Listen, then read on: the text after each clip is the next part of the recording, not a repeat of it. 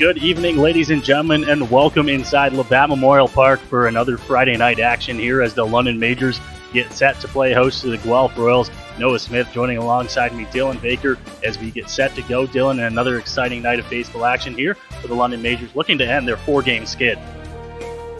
And last weekend was a bit of a disappointing weekend for the Majors. They went 0-3, and one of those losses came against this Guelph team. The Majors are 1-1 this season against Guelph. Their second win of the season came against Guelph 2 weeks ago right here in London, but they lost last week. They'll look to rekindle that winning magic here tonight. And it wasn't an overly bad game for the Majors on the road in Guelph, but it's been the Majors' road suffering that has been really their biggest problem so far. Yet to get a win on the road, but we are here on Friday night, home game. Already have a home win against the Guelph Royals this year, so looking to get back into the win column tonight. Yeah, for sure. And you know what? No better place to do it than at home in front of your home fans. And like you mentioned, Noah, they've been struggling a little bit on the road, so they will look to continue the winning at home here tonight.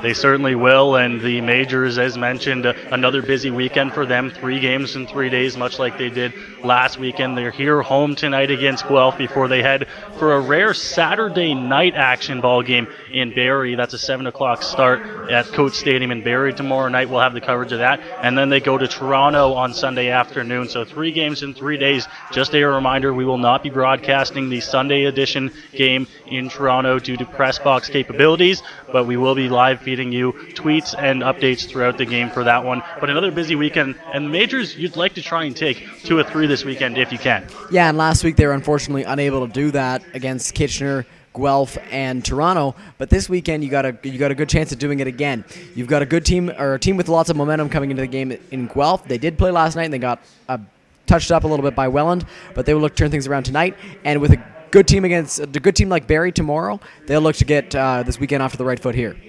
And seeing for the London Majors, we get a look at the lineup that was kind of the same as the last game for them as you take a look at the starting lineups now. But a different name kind of in the middle of that order. We'll get to him. Here's the starting lineups, though. Yeah, so leading off at shortstop, Phil Therapis, Carlos Artiega. I want to take a look at him a little bit. Artiega made his 2019 debut on Saturday and drove in 2 runs on Sunday, going 3 for 4. He's a fast guy who can play second, short, and third. Izzy Pena is batting third in left field. Cleveland Brownlee is DHing, batting fourth. Byron Reichstein batting fifth in right field. And Chris Chambers is batting sixth at first base. Chambers was a Major from 2009 to 2012, and he had 16 home runs with 71 RBI in 110 games as a Major. He will look to continue his success here this season. Mike Ambrose catching, batting 7th. Steve Froese at third base, batting 8th. And Jonathan DeForest rounding things up in center field, batting 9th. Juliandre Higuera on the mound for the Majors.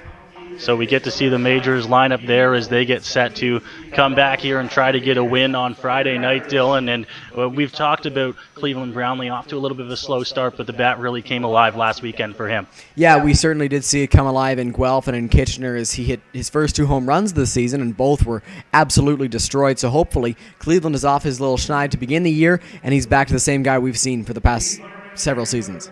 And the bats overall seem to be all right at times. You know, we're hitting the ball well and everything. It's just the bad inning here and there that has been the biggest problem for the Majors so far this year.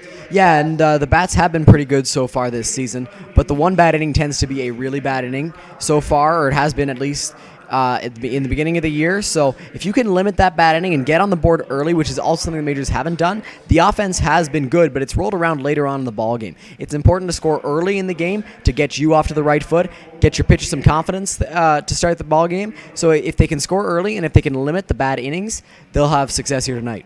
It's a gorgeous night for baseball at Labatt Park. Of course, we had the rainy spring that gave us a slow start to the season, but absolutely beautiful weather, 20 degrees, sunshine out there right now. So the Majors looking to put on a show for the hometown fans here and get back into the win column. It's going to be an exciting night for baseball.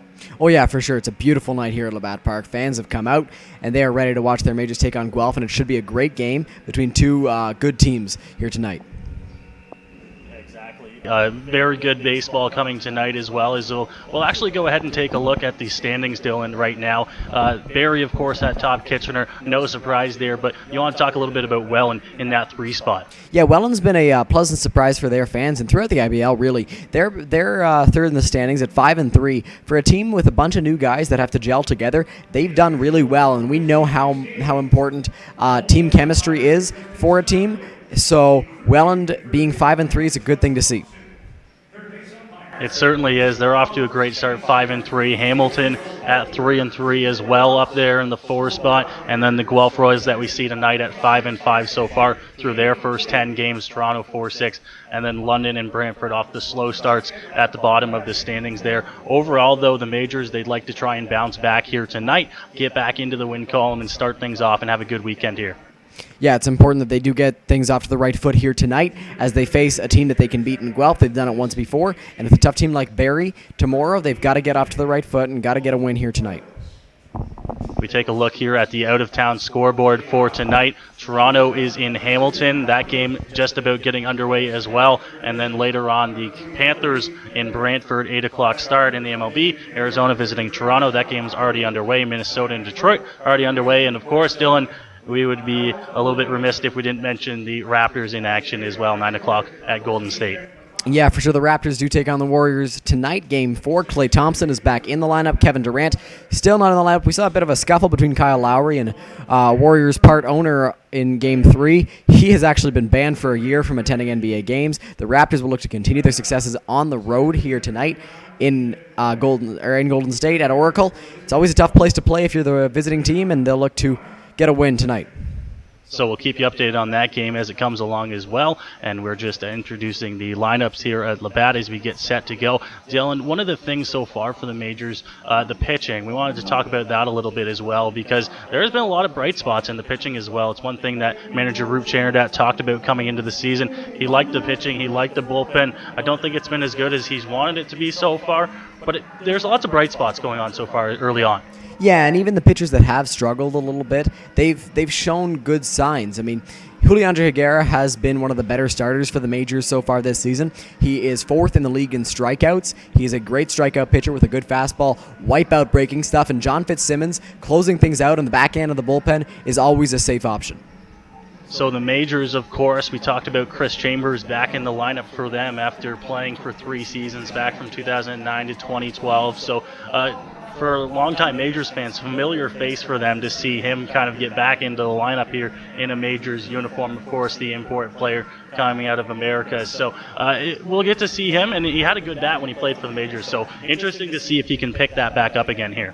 Yeah, and it'll be interesting to see what he brings to this Majors lineup, as he was very good in 3 seasons, hitting 16 home runs, driving in 71 runs in those 3 seasons. So he adds a dynamic bat to this order, and it'll be fun to watch tonight.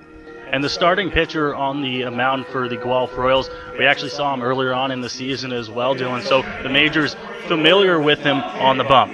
Yeah, going for the Guelph Royals tonight is Yomar Concepcion. He pitched against the Majors on June 1st in Guelph last Saturday, and he pitched 6 innings, allowing 3 runs on 4 hits.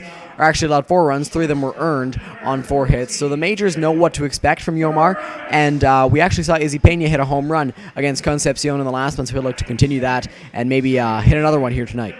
Pena back in the lineup as well. Touch on him a little bit because I wouldn't say a pleasant surprise. We knew he had a good bat coming into this season, but hitting for a high average so far with the Majors this season and hitting for power as well.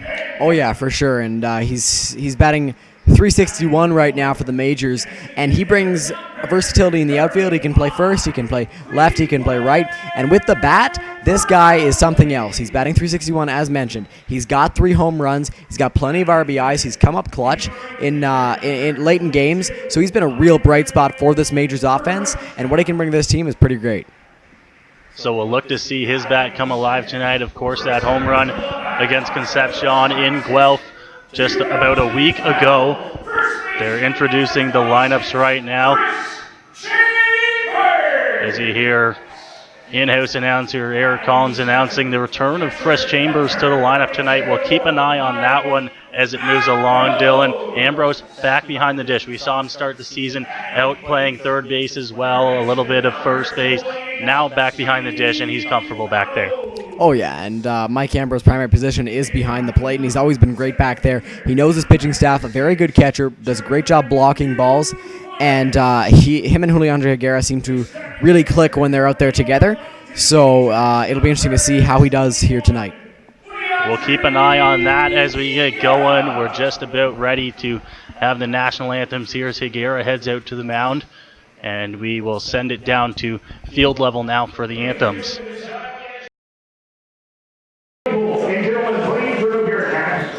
join the singing of our national anthem, performing O Canada this evening.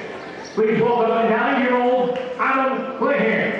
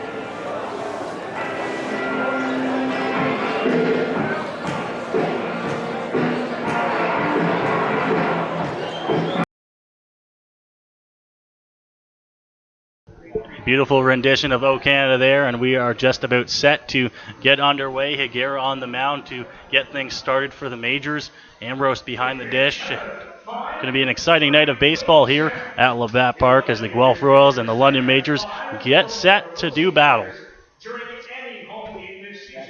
And Leandro Higuera on the mound for the majors. He's always been a good starter. He's been great for the majors so far in his short career in the IBL. He'll hopefully continue that here tonight. 17 signature sauces, 6 seasons, over 20 years on tap, and over 50 high-definition. So we get set to bat here, and the Guelph Royals would get set to try and start things in the top half of the first inning. Higuera starting again here for the majors. Dylan, he's looked really good so far in his starts, and that is one thing that Roop Chainerdad has liked the most about Higuera, is that he's looked confident on the mound, which is a little bit strange, not too strange, but strange sometimes to see someone coming over, playing in a new country, but being so comfortable in his first few games. Yeah, you know what? It's really, really good to see. Leandro Higuera is never panicking out there on the mound, such a calm presence, and we've seen him show emotion when he gets a big out or a big double play. He tends to give us a little fist bump or something. He plays with a lot of passion, but he does not get fazed by a bad play on defense. To lead things off for the Royals, when he steps into the box will be Kyle Kush, .556 batting average, but that is only in 9 at-bats, so don't let the average fool you too much, although he is off to a pretty good start for his season. 5 hits in 9 at-bats, so he has been hitting the ball well. We did see him last Saturday when we were on the road in Guelph bat for the Royals, so hopefully he can get the Royals started if you're a Royals fan.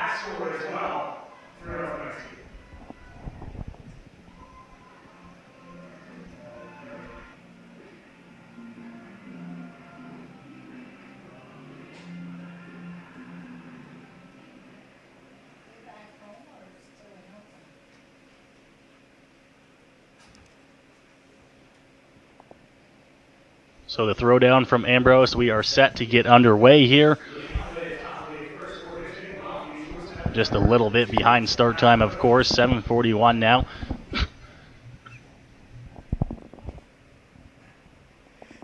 Baseball is baseball, and we're happy that we can get some in. Kyle Kush at the plate. Stands in there in the left-handed batter's box, gets set, and we are just about ready to get underway. First pitch from Higuera, low for ball 1.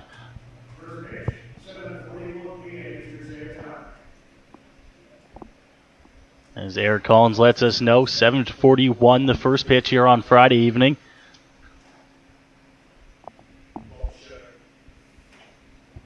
Second pitch from Higuera across for a strike on the outer part of the zone. We'll move the count to 1-1 now.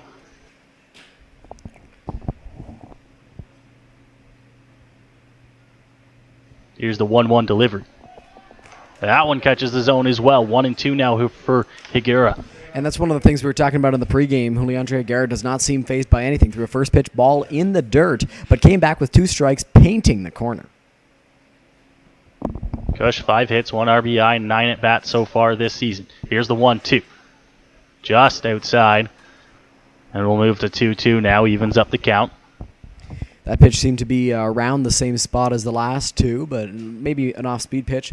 Kush did a good job of laying off. 2-2 from Higuera. Called strike 3, strikes him out to start the ball game. So 1 strikeout already for Higuera and looking good on the mound. Yeah, for sure. And Juliandre Higuera racks up the strikeouts. The best strikeout pitcher on the team, and one of the better ones in the IBL too. It looks like the mound is a little wet, so Higuera needs something to scrape off the cleats. But Higuera has always been great, and he's racked up swinging strikeouts, but also called strikeouts, as he really knows how to work the strike zone. Now into bat for the Guelph Royals, Dave Mendham. Get to see him take some at bats. He is wearing the number 44, usually reserved for the slugger on the Guelph Royals, Angel Villalona. Mendham 375 and 8 at bats. First pitch, cross for a strike, 0-1. Juliandre Higuera is not afraid to go anywhere in the strike zone. That pitch was inside on the inside corner, hit it nicely. So he pitches with a lot of confidence out there on the mound and is a great starting pitcher for London. Mendham appeared in 36 games last year for the Brantford Red Sox, hitting .309. Mendham, a good hitter for average. He can get on base too. Good bat to have in front of big guys like Sean Riley and Angel Villalona.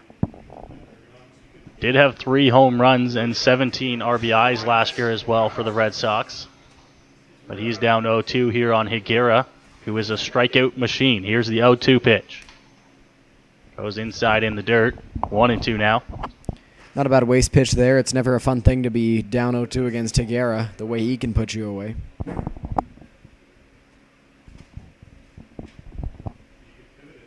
And on 0-2, Higuera won't go anywhere near the zone waste, so we'll see what he goes to on 1-2 here. That one hit on the ground to short.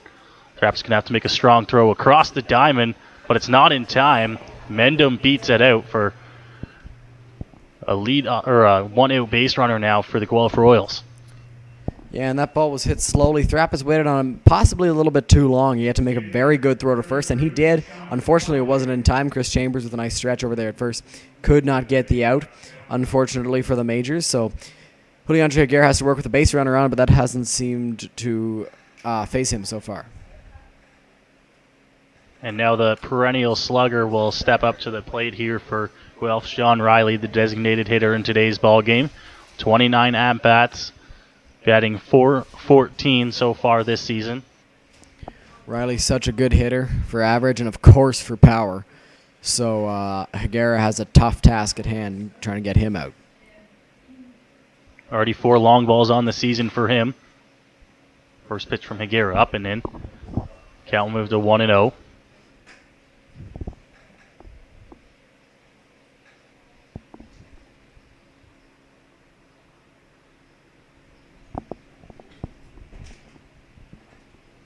Riley been around the IBL since the summer of 2010. That one across for a strike here. Last season as well, playing with the Guelph Royals. Batting .342, count on 12 long balls, so he knows how to hit. He certainly does. Sean Riley's such a good hitter. Destroying the ball this season. The 1-1 to him. That one called a strike as well, so the count will move to 1-2 here. Higuera in control of the at-bat. It's great to see that Higuera is not afraid to work up with his pitches in the zone, because Sean Riley is a great home run hitter, but Juliandre has shown no fear in throwing pitches at the top of the zone. See what they go to on 1-2. Here's the delivery. That one hit on the ground, but hard foul. down the first baseline. Keep the count at 1-2.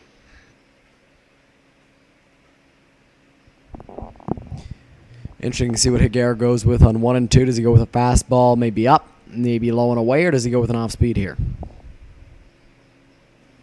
He came with him with the hard stuff a few times already. Up in the zone, here's the 1-2. Off speed, fouled off. Down the first baseline. Once again, we'll have to redo that 1-2.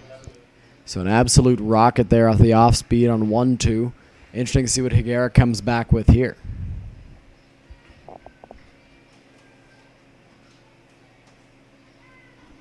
Ambrose as well, an IBL veteran, has faced Riley numerous times, so he knows what to go to. Here's the 1-2. Inside and high.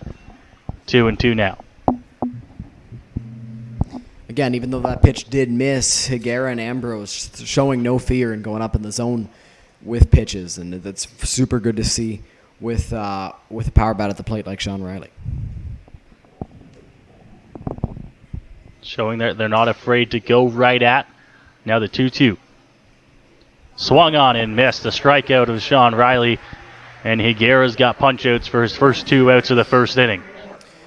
Well, Leandro Higuera racks up strikeouts, great off-speed stuff, and we saw it right there. Sean Riley was fooled by what looked like it might have been a changeup, and great to see from Leandro Higuera because when his off-speed stuff is working, he can dominate. Higuera this season, we mentioned the 19 innings pitched, 22 strikeouts in those 19 innings. And now we'll get to see another big bat here for Guelph. So you work through one, but you're not done. No, you most certainly are not. Angel Villalona, the first baseman in the game for Guelph, is batting .400 to start the year, and he hits a lot of bombs.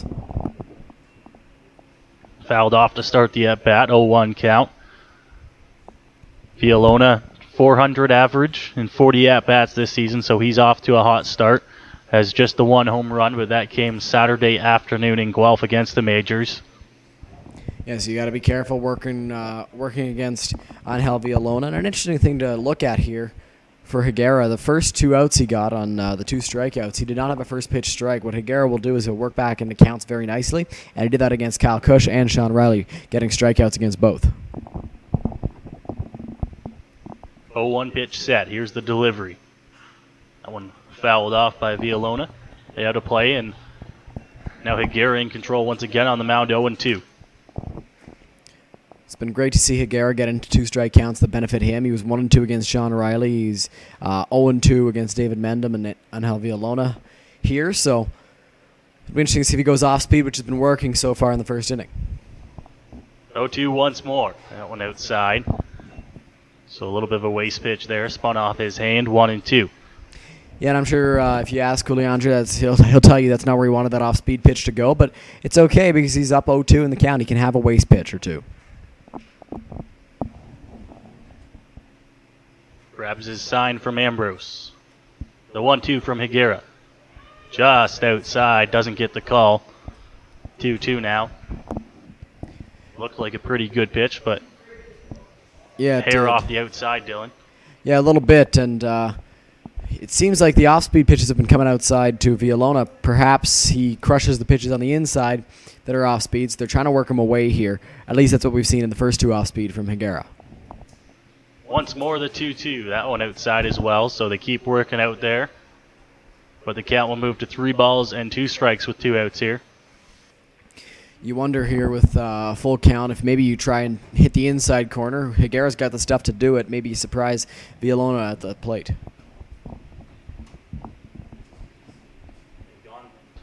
Gone soft a few times on 3-2 before. We'll see if they do it again or go right at him with the hard stuff. Full count delivery. Outside, it'll be a walk to Villalona. So now a pair of runners on base, albeit with 2 outs now in the top of the first for Guelph. Yeah, Higuera looked to work Villalona outside because obviously he is a great bat at the dish, and unfortunately there didn't quite get the zone. Maybe the ball 3 pitch could have been strike 3, but nothing you can really do there. If you're Leandro Higuera, you executed your pitches, and now you got a tough bat and Jeff McLeod to face. McLeod playing his first season for Guelph. First pitch, cross for a strike. So Higuera once again working ahead. McLeod 286 batting average to start the season.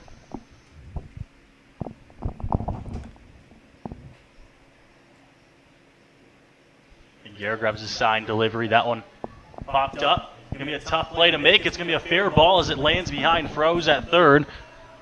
One run's going to come across the score here, and Guelph will jump out in front to an early 1-0 lead. Yeah, nothing you can do there if you're Juliandre Higuera. That's one of the most frustrating things as a pitcher because you executed your pitch perfectly. It was a soft little flare into shallow left field. Only problem is that's a no man's land. Froze, Thrapis, and Pena all couldn't get there. So Mike Ambrose goes to talk to Juliandre to tell him, you know what, you executed your pitch, you did well there. Unfortunately, just didn't get the right place for that pop-up. So the first run of the ball game comes here in the top of the first, giving Guelph the 1-0 lead. We'll bring up Pilarczyk to the plate. He hits that one right back to Higuera on the mound. Soft toss over to one, and it'll end the top of the first. But Guelph will pick up a run on a pair of hits here in the top of one and lead this one 1-0 as we go to the bottom of the first inning.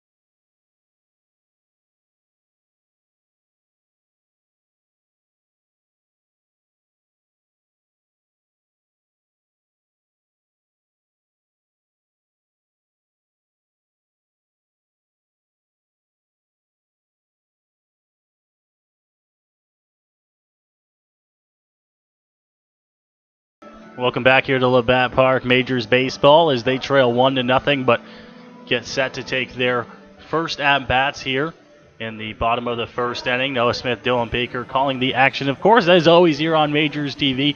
We thank you for joining us, Dylan. We get to see the familiar leadoff man for the Majors start things off for us. Yeah, Phil Thrapis will lead things off for the Majors here today. He has not missed a game so far this season. He's led off in every single one of them. He's been great at the top of the order. He's a patient hitter, and he gets on base a lot, has a ton of speed. He's your prototypical, ideal leadoff man. He's been great for the Majors so far in 2019. Now, Dylan, I'm not one to usually correct you, but I think there was one game in there where he did not lead off. Because I remember me and you going, why isn't he leading off? We had ourselves a little bit of a conversation as well. Yeah, there was that one game where he hit second behind Jonathan DeForest, and he was my highlighted player for that game, and I had everything ready for him to hit leadoff, but he still did well in that two-hole. Nonetheless, at the top of the lineup for most, if not all of the games so far in the major season, he's back at the leadoff spot to start things off and takes strike one to start his at-bat.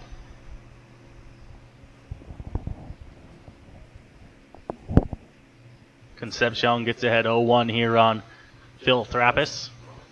Second pitch swung on, missed for a strike, and the count moves to 0-2 now.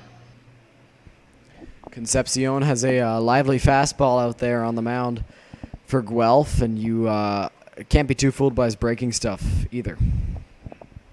Here's the 0-2 outside for a ball. So it moves to 1-2 here on Thrappis to start things off. You know, one thing I'm just noticing early in my first time seeing Yomar Concepcion is that he falls towards the first base side a little bit. So if you hit a ground ball up the middle, it's likely that he will not get to that ball. Next pitch, that one hit in the air. It's going to be hit towards shortstop, and out there to make the grab is Kyle Kush to get the first out of the inning here for Guelph. Yeah, good pitch there from Concepcion. He's got a lively fastball. Nothing you can really do there if you feel Thrappis. He tried to drive it the other way perhaps and maybe get something down, but he went after the pitch up and he hit it up. So Carlos Arteaga in the lineup for the majors as well tonight. Dylan, you mentioned he had a great game Sunday in Kitchener as well, so good to see him in the 2 spot for the majors. Yeah, he did really well in that 2 spot. There was a first inning hit and run that he got a double on and drove in Phil Thrappis. He's been really good, and he's making his home 2019 debut here tonight. That one in for a strike to start the at-bat to Carlos, a fan favorite here at Labatt. 0-1, and here's Concepcion's delivery. That one hit in the air to right. Sun playing with it a little bit, but it will be a routine flyout for the second out of the inning, and Arteaga is retired. Yeah, Carlos Arteaga does a great job of hitting balls the other way into the right center field power alley, I guess, and he's been good so far for the majors. Unfortunately, that one was right to the right fielder. And now Izzy Pena will get set to take his swings here in the first inning. No stranger to facing Concepcion. We saw him go deep against him on Saturday afternoon in Guelph. Squares around but pulls back. It's across for a strike. 0-1 here on Izzy. You know what? For a big power bat, Izzy certainly has the ability to bunt. We've seen it once before. He's not afraid to lay one down and get on base. That one swung on, fouled off over the third base grandstand. So Pena finds himself in an 0-2 hole here. Concepcion has a very hard fastball, and it seems the majors might be a little bit late on it to start the ball game.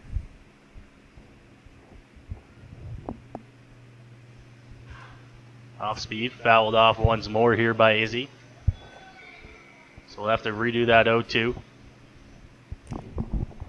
Pena, of course, the power bat listed on the point streak site as pitcher, but one of the big power bats on this majors team. 0-2 to him. Here's the delivery from Concepcion outside for a ball. Count will move to 1-2.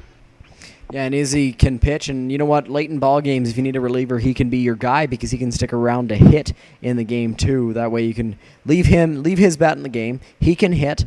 He can also pitch, and Cleveland can go over and play first.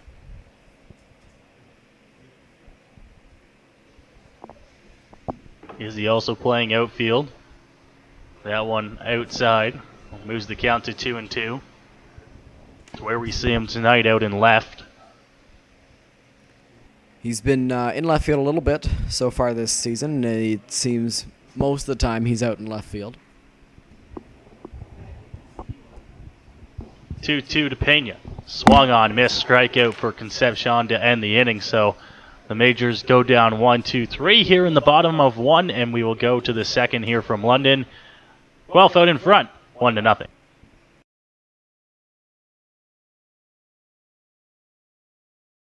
What's going on, Majors fans? Kyle Grimard here, in-game host, and you know what? There's a lot of really exciting upcoming events so far this season. The next one that we are really looking forward to is June 16th. That is Pack the Park Day in Braden. You know, talk about being at the ballpark with your dad on a Sunday. Yeah, you know what? It's awesome. You know what? Every player wants to play in front of a big crowd. Just the overall atmosphere is great for everybody in general. And that's what's going to happen here June 16th. Tickets are free, so make sure you visit londonmajors.com for more details. And Braden, you being here before, obviously nothing better, but the atmosphere here is just going to be awesome. It's going to be a nice sunny day outside. Nothing better than being at the ballpark on a Sunday afternoon. It's going to be great. londonmajors.com for more news.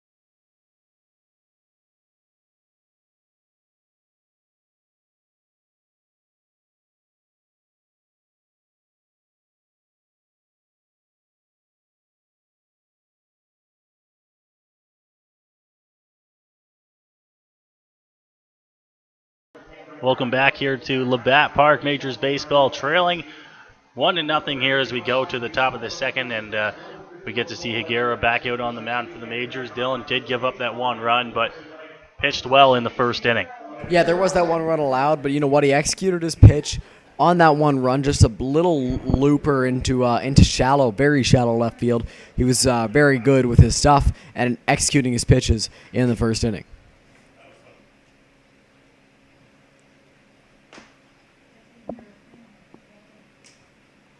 We get to see how he works here in the second. First pitch swung on and missed there to start the at-bat.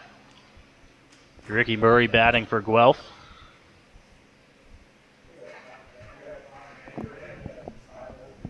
So far this season, struggling a little bit. 143 batting average. That one across for a strike as well, so Higuera gets up on him 0-2. It's been really good to see so far. I know he's only faced 7 batters, but Higuera's done a good job of hitting both corners, inside and outside. 0-2 once more. Swung on, missed. Another strikeout for Higgy on the mound, and the first out of the top of the second inning. Leandre Higuera is unbelievable with his strikeouts. I'm telling you, he can strike him out like there's no tomorrow. And another one here, 3 strikeouts through 1 1/3 innings. Now Brandon Keys to bat here for Guelph. Another 143 batting average for the Royals here for Keys. Facing off against Higuera, first pitch. That one fouled off into the Majors dugout for strike 1. It's always fun to be a fan when Leandre Higuera is on the mound because there's the promotion with the 5 strikeouts. He gets some Buffalo Wild Wings, and he usually gets 5 strikeouts if he's on. 0-1 across for a strike here, so Higuera works ahead. 0-2 now. Higuera's gotten ahead 0-2 on the first 2 batters of this inning so far. The 0-2. He'll check down, say he doesn't go around, he hold up in time. So a ball and a 1-2 count now. Another good pitch from Higuera. You could see that Keys was tempted to go after that one. He held back. And 1-2 still, the count still favors Leandre Higuera on the mound. The 1-2 from Higuera in the dirt for a ball, so we'll move to 2-2 now. We'll see what they go with here on a 2-2 count. They've missed a few times, one up and one low. We'll see if they bring it in a little bit here on Keys. 2-2. That one hit on the ground, right back to Higuera on the mound. Throw over to 1 is in time, so another out there for Higuera. On the score at 1-3 put out in the second out of the inning. You know, a few people tend to joke about pitchers fielding, and Leandre Higuera is a very good fielder out there on the mound. We've seen it in his past starts. He's been great on balls that have come right back to him out there. He got hit in the leg in his last start, but recovered quickly and threw it over to first base to get an out. Gets the ball back on the mound and gets rid of it almost as quickly as he gets it with a little soft toss over, but he's done a good job at fielding it so far. 2 outs in the inning. That one swung on and missed.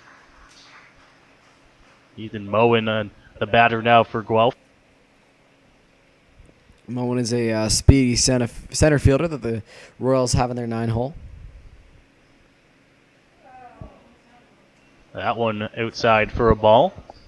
Count moves to 1-1 here on Moen. Moen hails from way out in Calgary, Alberta. He's on a 1-1 count now with Higuera.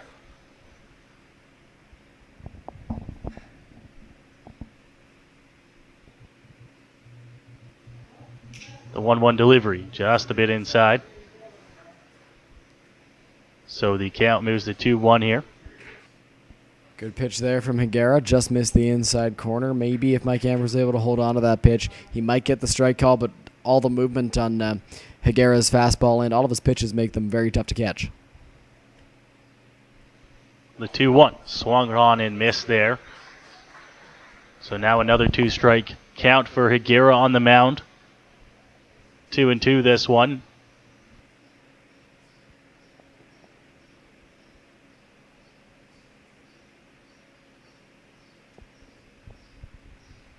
We'll see what they go with here on 2-2. Higuera has his sign from Ambrose. Leg kick, delivery, swung on and missed. Another strikeout to end the inning here. So Higuera is looking good through his first 2 innings. And another strikeout, Dylan. Yeah, another strikeout from Juliandre Higuera. 2 innings, 4 strikeouts. Juliandre Higuera is such a great strikeout pitcher for the majors, and his stuff is really working here tonight. So we'll see the majors come to bat in the bottom of the second. When we return, it will be the 4, 5, 6 batters in the order for the majors.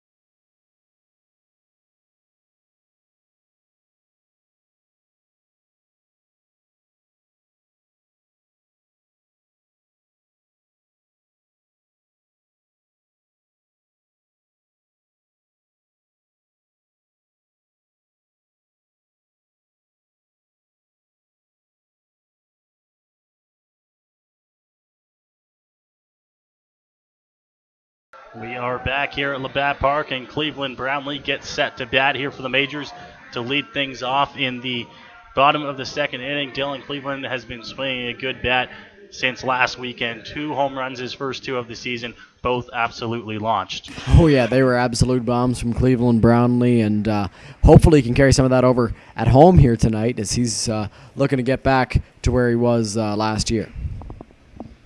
Off-speed pitch to start him off, over for a strike, so moves the count to 0-1. Here's the 0-1 delivery outside and low in the dirt. Ball 1.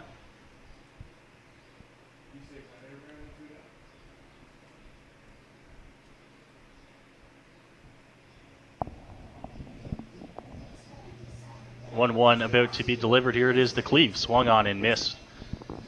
So he moves the count to 1-2 now on Cleveland. Designated hitter in the ball game, of course, for the majors. Cleveland with a big cut there on that last pitch. He was looking to take that one all the way to the bridge out there in left field, and you can't be looking to do too much if you're Cleve right now. I know you're hitting the ball well. That one hit in the air to left center underneath it, and making the grab out in center is Bowen for the first out of the inning. Cleveland made solid contact once again. It's been really good to see from him as that ball was a rocket to left center. Unfortunately for Cleveland, Ethan Moen was right there to make the play. So Ethan Moen makes the grab, and now Byron Reichstein will bat for the majors. He's been off to a pretty good start as well, 256 batting average, 3 long balls for him.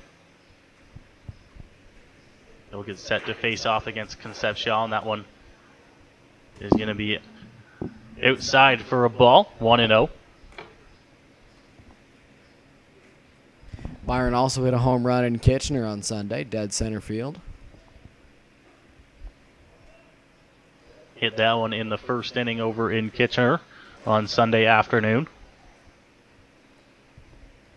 Majors got off to a good start in Kitchener. 4-0, I believe, was the score at one point. Or sorry, 4-1 was the score at one point, but unfortunately they lost the lead. Byron swings through that one for a strike.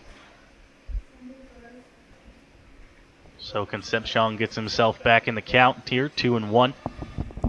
You know, Byron also had a rough first few games, but he's gotten back into it in a big way. He's hit a few home runs. He's hit a few doubles. He's been really good.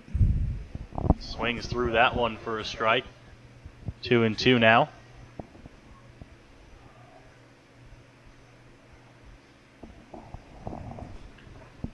All three of Byron's home runs this year on the road.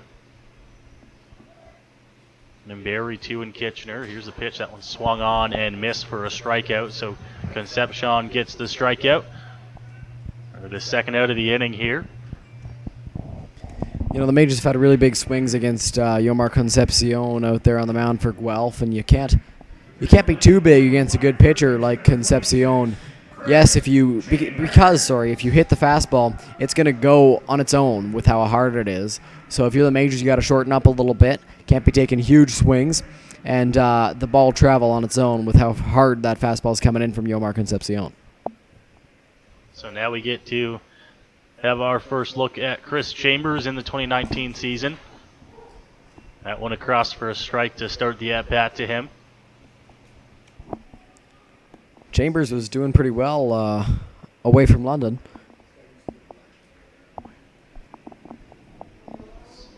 Down 0-1 in the count. Here's the delivery from Concepcion inside for a ball count. Moves to 1-1. Chambers moved out to California after his first stint with the Majors, and he was well known and loved up here. He was a great ball player. A lot of happy people to see him back in the Forest City. Swings through that one. Count moves to 1-2.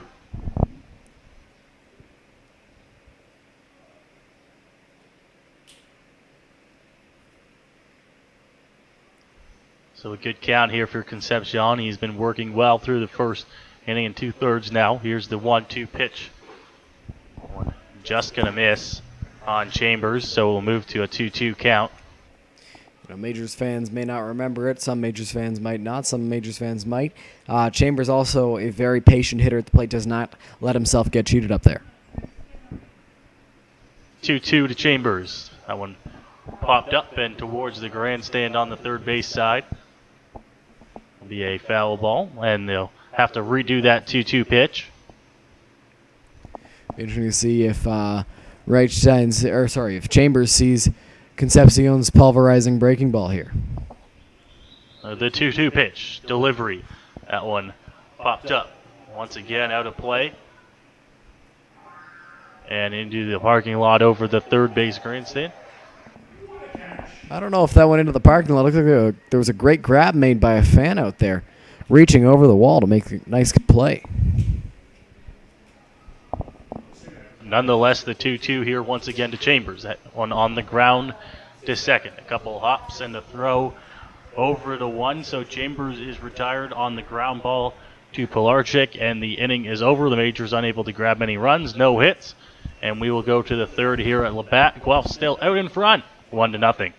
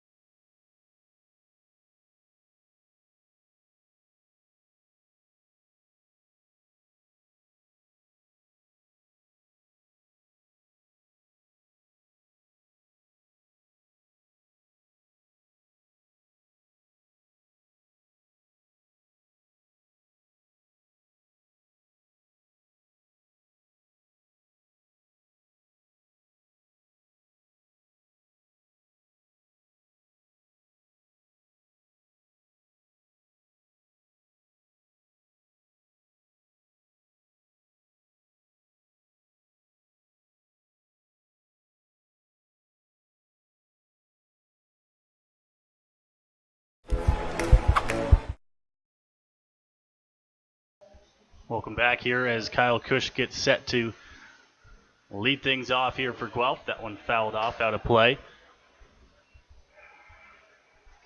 His first at bat, he struck out looking, the first of 4 strikeout victims already for Juliandre Higuera.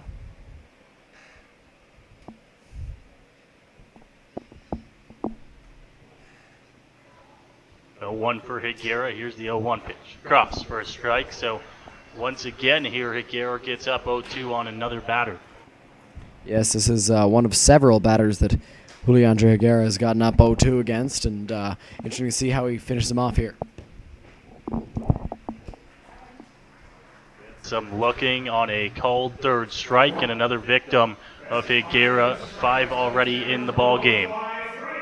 Juliandre Higuera has great breaking stuff, and that was a great breaking ball, pounding the inside corner and getting Kevin Cush looking for the second time in the ball game.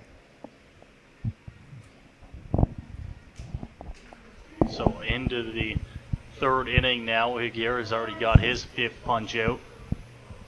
Working well so far into the ball game. 1 out here in the top of the third.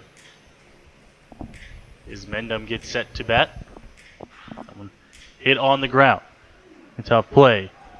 But he will reach over there at first base with 1 out here in the inning. Yeah, David Mendham in his first at bat, he hit one on the ground to Thrapis, and it was another well-placed, slowly hit ground ball, and that one almost got through. Was so slow that maybe Mendham would have tried to get to second base, even if it just rolled right to Izzy Pena in left field because of how slowly it was hit. Good job by Phil Thrapis cutting it off and making sure that the ball goes no further than the edge of the outfield grass. So Mendham on first now, 1 out in the inning. Rings to the plate. Perennial power hitter Sean Riley. Been around a long time here in the IBL. There's the first pitch to him. That one fouled off. Higuera gets up 0-1.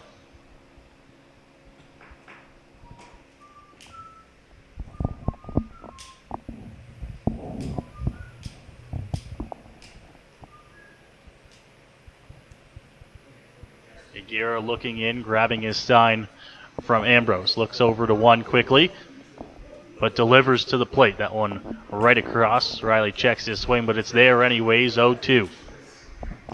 Good pitch there from Juliandre Higuera right down Main Street, and Riley checked his swing. Didn't matter. It was a strike anyway. We'll see what they come with here on 0-2 to Riley. The delivery, that one hit on the ground and right through the shift there. The Majors playing Riley to pull.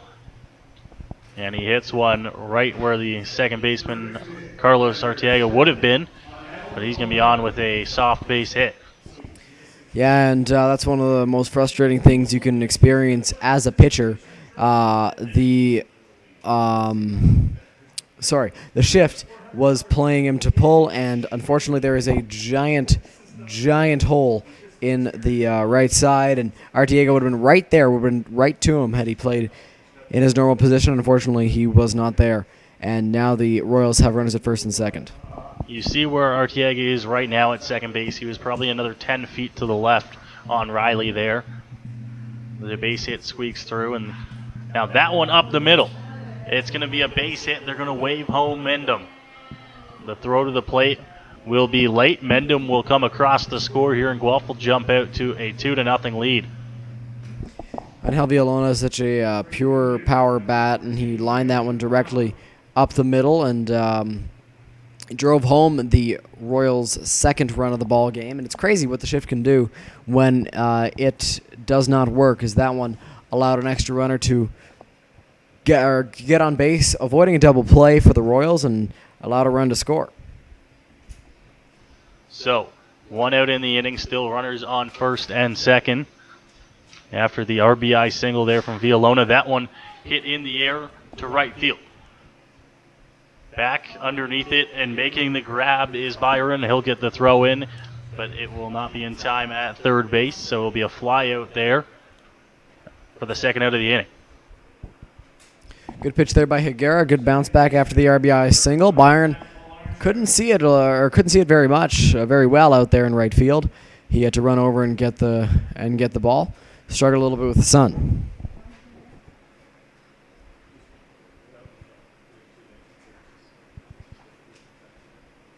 So 2 outs in the inning. Ambrose just finishes up a quick meeting on the mound there with Higuera. Been pitching well so far in the ball game. A couple of hits squeaking through in odd spots, and the Royals out in front 2-0. Yeah, Higuera's been very impressive out there on the mound. He struck out some batters, and really the only well-hit ball was Angel Villalona's single up the middle. That was a liner right back towards Higuera that drove home a run. Other than that, it's been weak contact that the Royals have managed to get through. First pitch from Higuera. That one hit down the right field line, but a foul ball. So it hooks just a little bit, and count will move to 0-1. Another good breaking ball. Had Pilarczyk reaching there, and all he could do was drive it foul.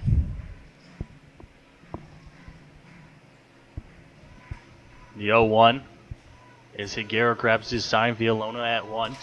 Riley at third. Here's the pitch. Off speed. Called a strike there, so Higuera gets up 0-2 on Pilarczyk.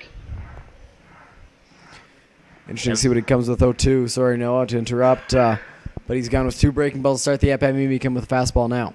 I'm going to say the same thing. Dylan on 0-2. They check around. Doesn't go.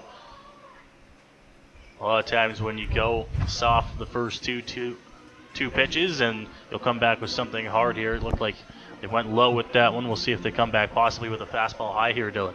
Yeah, quite possibly, as that was a breaking ball low. And we saw Mike Ambrose go out to Juliandre Higuera on the mound prior to this at-bat, maybe telling him we're going to bust him with breaking balls. 1-2 here from Higuera. That one fouled off into the grandstand, so we'll have to redo the 1-2. Another pitch that he had Matt Pilarczyk reaching at. Higuera's been good with the breaking stuff today. Been good to see so far. Higuera's off speed has been working well. Had Pilarczyk reaching a few times already in this at-bat. Here is the 1-2. That one hit on the ground.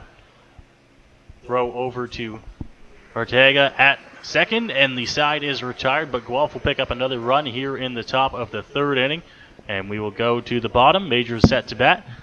Down 2-0 here on Majors TV.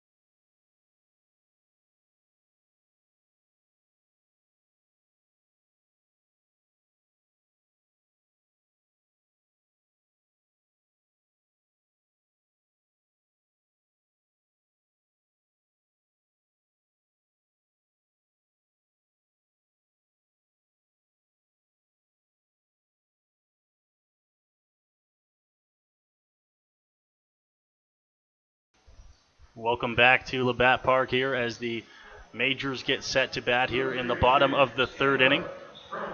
It'll be Ambrose to start things off, Dylan, and the Majors look to try to get on the board here, down 2-0 here in the third. Yeah, get on the board and get into the hit column here in this one, as they've been unable to crack Yomar Concepcion. We take a quick look at the out-of-town scoreboard now. Arizona is leading Toronto 5-0 in the fourth inning. Minnesota and Detroit are tied 2-2 in the fourth. And the Raptors and Golden State get underway in about a half hour here.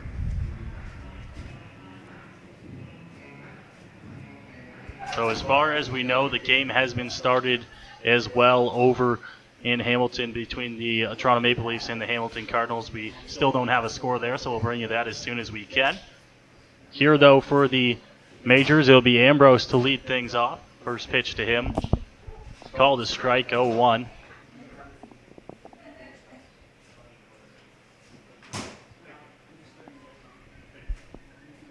Ambrose so far this year, just a 200 average. That one inside almost hits him. Ambrose certainly not a stranger to that. Seems to get hit by pitch a lot. He most certainly does, and he's one of the players that gets hit the most in the IBL, I'd say. Artie's been hit 5 times. Hits that one over to third. It is picked up for the first out of the inning. Good contact there from Mike Ambrose. A little looping liner to the third baseman, however. Majors still waiting for their first hit, and they got Steve Froese to try and do it now.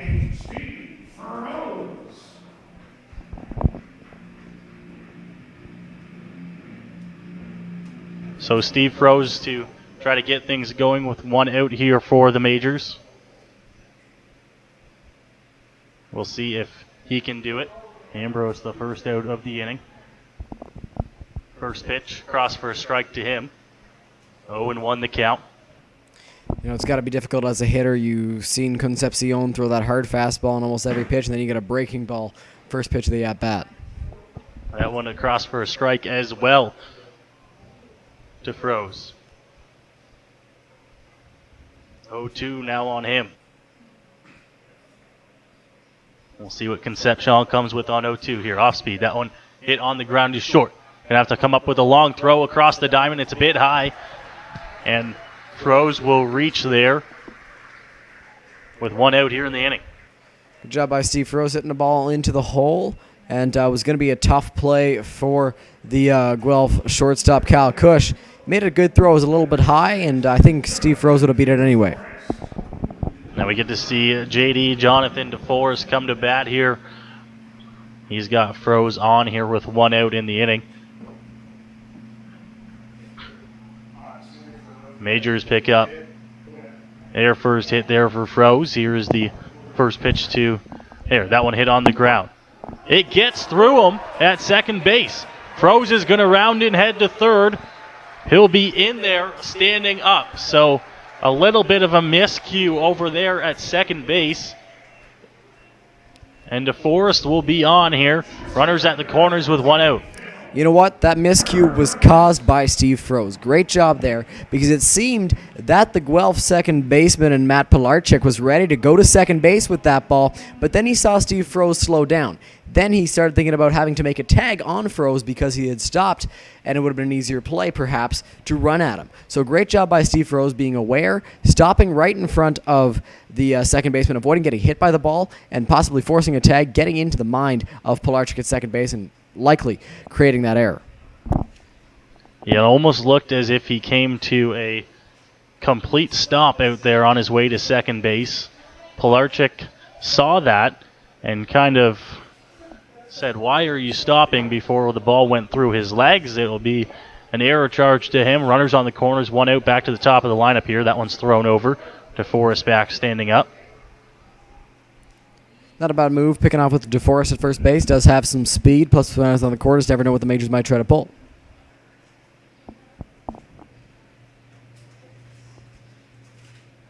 Oh, one here to Phil Trappist. That one across for a strike here, so the count will go to 2 strikes. 2 strikes on Trappist. He doesn't let himself get cheated. He's a very good hitter with 2 strikes as well. On base guy. We'll see what he does here against Concepcion. Trappist at the plate here. DeForest on first, throws on third. That one hit on the ground. Can be a tough play. Bobbles it a little bit, but Froese will come across, and it's going to be ruled a foul ball. Looked like it was in fair territory, but maybe it hit off the foot of Phil Trappist. I'll have to redo the 0-2. An interesting play there for sure. And out of all that, we'll have to redo the 0-2 pitch here on Phil Trappis. Yeah, I'm not too sure what happened there, but it was ruled foul. Off on the pitch is DeForest. That one fouled off. It'll get out of play. Once again, having to redo the 0-2 pitch here.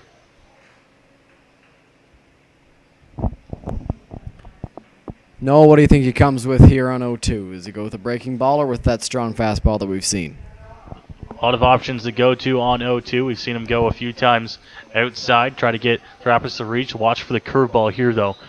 If I'm Concepcion on the mound, here's the pitch. Off speed. That one hit on the ground. It gets through first base. Froze will come across to score.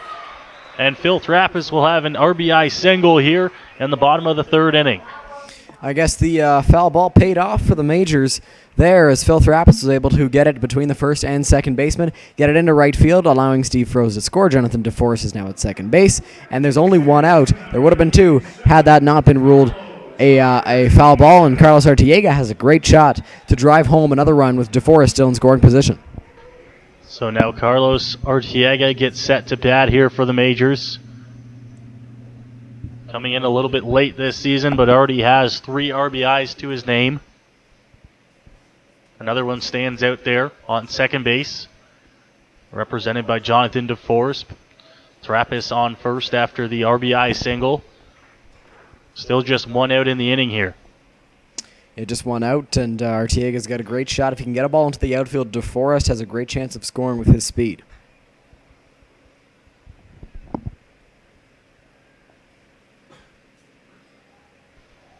The pitch. Arteaga hits that one in the air to left. It'll drop in front of left field. Brett Wills is going to hold DeForest at third.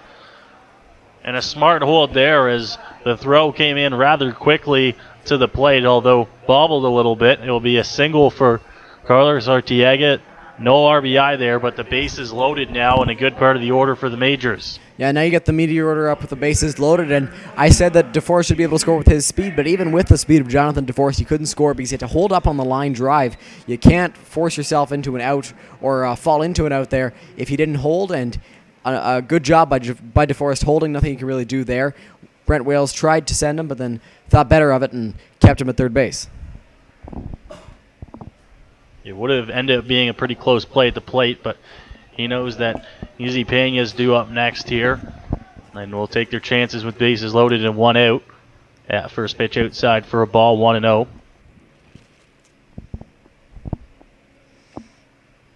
Here's the 1-0 delivery to Pena. He hits that one on the ground. It'll get through past Arteaga. One run across the score. Brent Wills raised around another. He'll come in to score. So Pena drives in a pair there on the single, and the Majors hop out in front, 3-2. Great job by Izzy Payne, not trying to do too much with the bases loaded, not trying to drive it out of here or drive it into the gap. He wanted to get on base, wanted to get a ball into the outfield. Didn't matter if it was in the air, didn't matter if it was on the ground, because either way you should be able to score DeForest from third, and he did that there, and he scored Trappis too. Trappis, one of the faster players in this order. So now you got runners at the corners for Cleveland Brownlee, still a guy in scoring position, and only one out. And now Cleveland gets set to bat here, bottom of the third inning. 3 runs already across for the Majors in the inning. Another one stands out there on third. Pena on first. And a big at bat here for Cleve. You know, he'd love to try and find some outfield grass. Time call there at the plate. You know what? Cleveland's been hitting a bit better of late. He's been hot with the bat, and he was last weekend. Let's see if he can carry that over here. Outside. Cleve thought it was a bit out. It's called a strike here, 0-1. Cleveland knows the strike zone pretty well, and he thought that one was outside. Unfortunately, did not get the call from Justin Snively behind the plate. 0-1 here. Arteaga at third, that one out. And Cleve once again thinks it's outside. That one even more off the plate than the last, 0-2.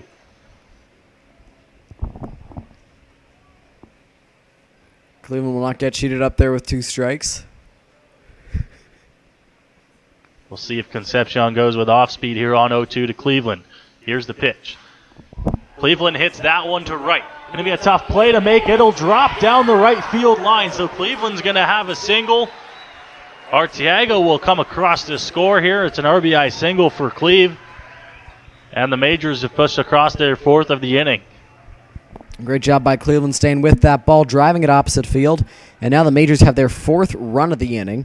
And they've got a runner in scoring position still with one out, as Cleveland did a good job poking that one down the right side. Brent Wales tried to send Izzy Pena to third, but Izzy was so focused on seeing where the right fielder was going to go with the throw that unfortunately he was unable to make it there. I think Izzy also making sure that ball got down in the right field line. It looked like possibly a chance to come up with the catch in right was McLeod. Nonetheless, it will be a base hit for Cleve. He gets another RBI on the season here. And the Majors still pressing. And Dylan, how big is that ball that gets through the legs of Pilarchik at second base now? Oh, that is huge, and once again, I give all the credit to Steve Froese, because then you give Pilarchik at second base something else to worry about. Now you've got a runner standing right in front of you. What do you do in that scenario? How do you attack the ball? You can't run at it because then you run into Steve Froese. So tremendous job by Steve Froese, and a ton of praise goes out to him, because I think I will for the rest of the game think that it was him that caused that error there and led to this rally. So now Byron Reichstein set to bat here. Bottom of the third inning, pair of runners on base. That one called for a strike to start the at-bat. Pena stands on second, Cleve on one. Again, only one out here. Ton of damage can still be done by the Majors. 0-1 to Byron. Hits that one foul. Back towards the screen, so an 0-2 count now. Snively out to the mound to deliver that ball and give the Royals catcher Keys a little bit of time.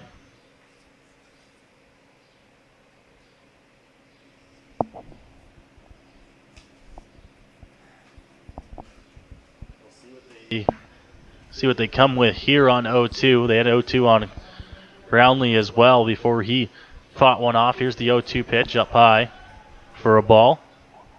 1-2. You know, Byron and Cleveland are similar in the sense that they both won't get cheated at the plate. They will not allow a pitch outside the zone to fool them. Cleveland swung at a pitch that might have been a little bit outside, but he took it to right field. So if they do swing at a pitch out of the zone, they usually know what they're going to do with it. In the dirt there for ball two.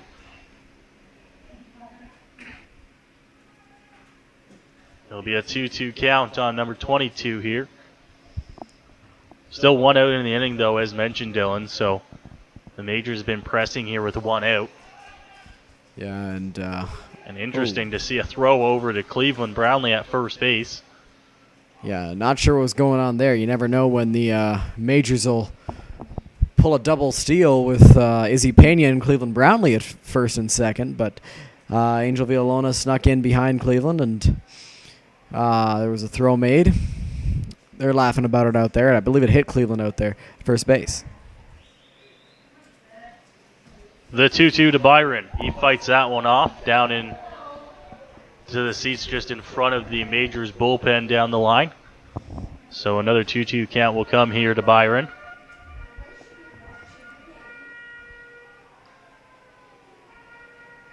Interesting to see what Concepcion goes with here on 2-2. Does he come with that overpowering fastball, or does he go with the breaking stuff to try and put Byron away with a wipeout curve? 2-2 pitch to Byron. That one will miss, so it'll go to a full count here. One out in the inning. And with maybe a bit more speed on the bases, you might try sending the runners here, but I don't know if they'll be sending the two on. Here's the 3-2 delivery from Concepcion. Byron pops that one in the air. Playable in foul territory, and there to make the grab. So a good catch over there, just over in front of the Majors dugout. Good play by David Mendham going after that ball, getting to it before he got on the warning track, knowing where everything was, knowing where the fence was. He made a good play staying with that in foul territory. So now Chambers gets another at bat here, bottom of the third inning. Does have a runner in scoring position still. Pena out there. We'll see if he can try to find some outfield grass. First pitch outside for a ball. The 1-0. The Majors have had a bat-around inning in the bottom of the third as Chris Chambers is the 9th man to bat in this frame. That one across for a strike. 1-1 now. Behind Chambers is Ambrose. He led off the inning with a out, and that one called a strike. Chambers doesn't like it. Count moves to 1-2. Chambers knows his strike zone, didn't think that one was in there, and fans didn't either, but call goes the Royals' way. 1-2. Fought off by Chambers. Foul territory. Mendham after it.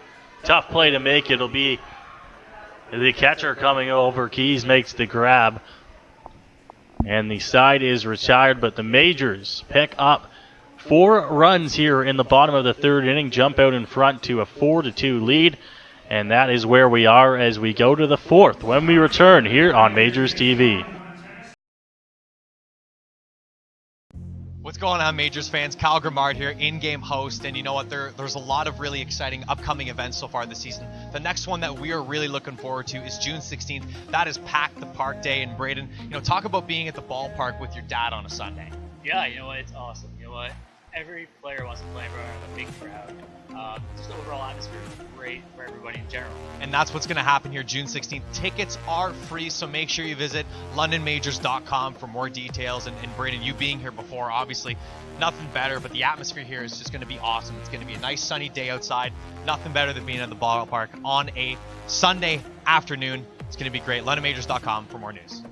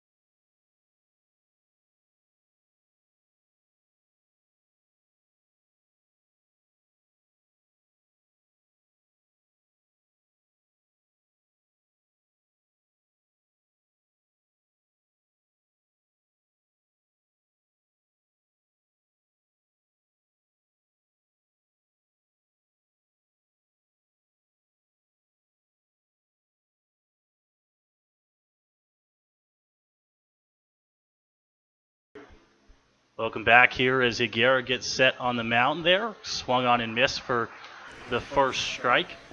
0-1 here. Higuera once again working ahead. Yeah, Juliandro Higuera had a bit of a rough time in the first inning with first pitch strikes, but after that he's really settled in and thrown a lot of first pitch strikes in this outing.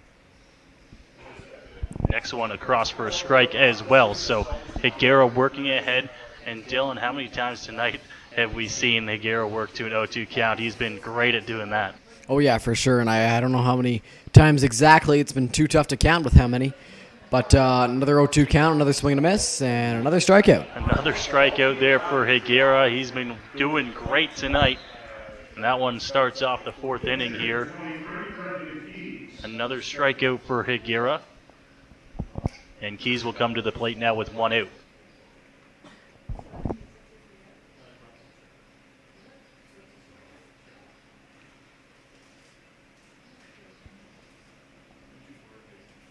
Keys in his last at-bat grounded out right back to the mound, and Juliandre Higuera out there. Here is the first pitch, that one outside. Pardon me, Keys at the plate now. That was Murray with the strikeout to start the inning.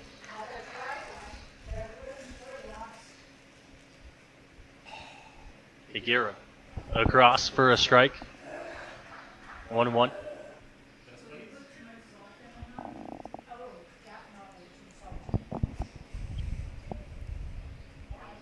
Keys does a good job of working on the count. He had a 2-2 count and hit a few foul balls his last time up. 1-1 here. Here's the 1-1. That one hit in the air. Byron took a step back on it first, but comes in now.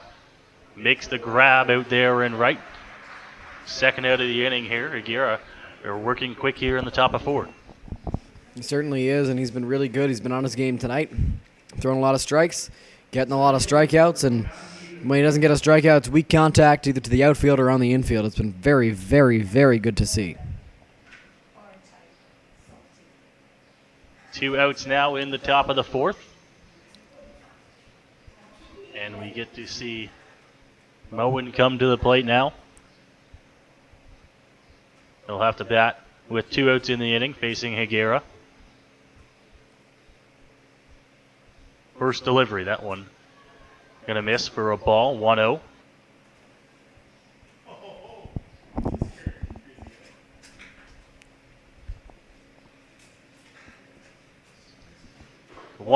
Across for a strike there, 1-1. Higuera works his way back into the count.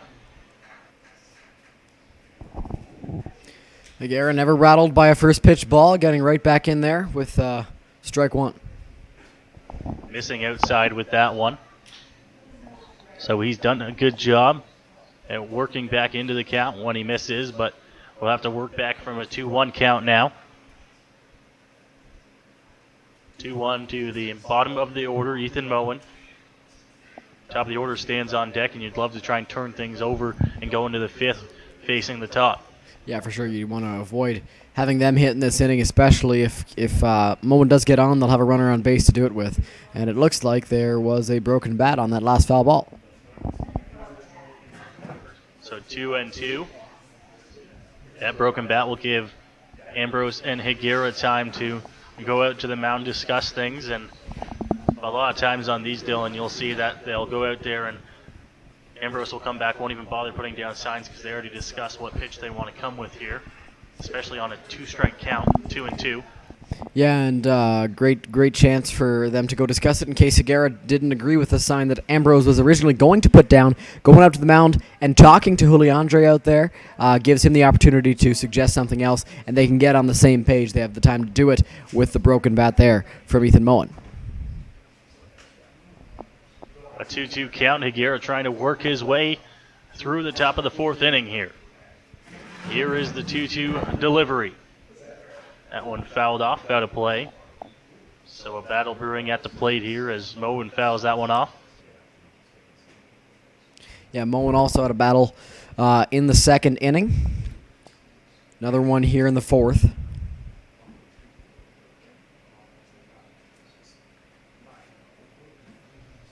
So we get set with the sign. Leg kick delivery on 2-2. Swung on, missed. Another strikeout there for Higuera. And oh boy, is he looking good tonight. Ends the 4th with a strikeout. He's through 4. Just 2 runs across for Guelph. Great job by Juliandre Higuera here tonight so far. The off-speed stuff, well, it is biting. Another great strikeout there. Another strikeout swing. He's had 4 strikeouts strikeout swing, 2 strikeouts looking, 7 strikeouts through 4 innings of work. He's averaged more than a strikeout per inning so far in this wonderful outing. The Majors come to bat when we return here on Majors TV.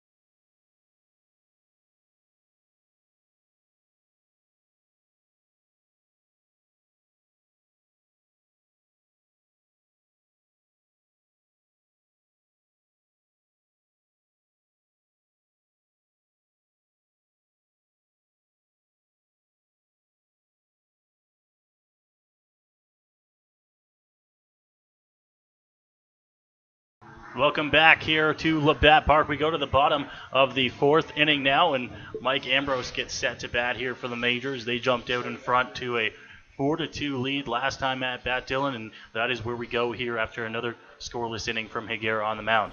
Yeah, Julian Higuera always does a great job of keeping Majors in ball games, and you know what? The Majors are now up by 2 here in the bottom of the 4th. Ambrose hit that one high and deep to left, but it will stay in the ballpark and will be caught for the first out of the inning. Just got a little bit underneath that one. It will be the first out. Yeah, just a bit underneath it. Still gave it a ride to left center field. A good job by Mike, but unfortunately the center fielder was right there to make the grab. So now Steve Froese, who, Dylan, we credited him with getting that rally started last time for the Majors. Yes, we did a great heads-up base-running play by Froese going between first and second, so he probably ignited that rally. I still think he did. You do as well, Noah, so let's see if we can ignite another one here. Started the rally the same way back in the bottom of the 3rd inning, the last inning we played. Ambrose started the inning with a fly out, and then Froese got on and really started getting the magic started, so we'll see if he can do the same here with 1 out. Yeah, it'll be interesting to see what he does here and hopefully gets on base once again to ignite something for the Majors. That one outside, so he falls to 2-0 now. Conception does on Steve Froese.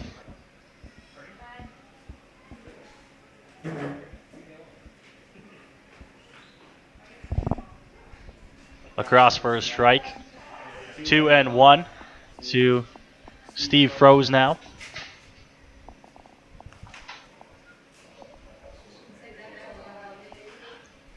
That one fouled off. Villalona down close to the fence, but it will get out of play, just out of view of our camera, and the count will go to 2-2. Villalona did a good job going all the way to the fence there, attempting to make a grab. Unfortunately for him, it was just out of his reach. Fell looked like on the stairs in the first 3 rows in foul territory.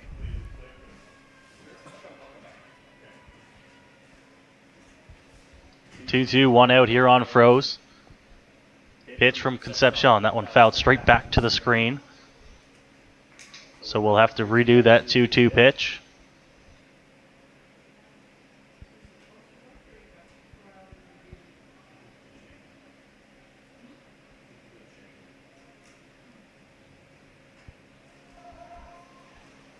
Here's the 2-2 once more, off speed. Froese does a good job battling at the plate. Great, 2-2. Great battle brewing here between Concepcion and Froese.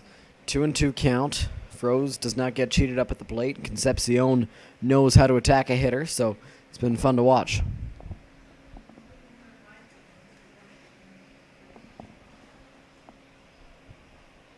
Getting set once more for another 2-2 pitch from Concepcion. Here it is. Leg kick, delivery. Froze, battles it off once more. A good battle brewing at the plate there by Steve Froze, trying to get things started with one out. Great battle, great job at the plate. Quality at bat here for sure for Steve Froze. Wasting pitches as well, actually, of Yomar Concepcion, who is a good arm. You want to get him out of the ballgame as quickly as possible, and he's done a great job of that so far in this at bat.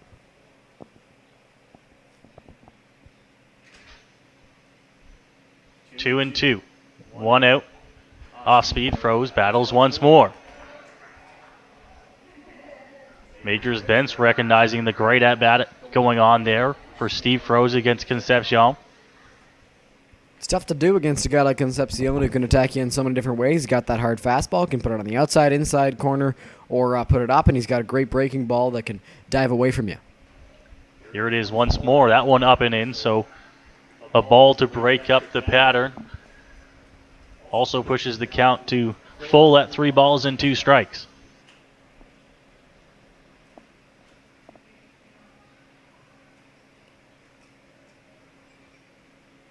The sign and delivery here. Outside part of the plate, called strike 3 there on Steve Froze. He goes down looking for the second out of the inning there, and Concepcion wins the battle. Yeah, you know what? You can't be too frustrated out there if you're the Majors. If you're Steve Froze, you had an incredible battle with Concepcion out there on the bump, and Froze did a good job of fighting a lot of good pitches off, and you can't be mad at yourself on that strikeout. First pitch to Jonathan DeForest, across for a strike here. Also got on base during that rally in the bottom of the third. Got on base and scored a run in that third inning. He hits that one into the right center field gap, giving chase. It'll drop. DeForest makes the round and heads to second, and that is where he will stand with 2 outs. A double for JD, and a chance for the Majors to score here with 2 gone.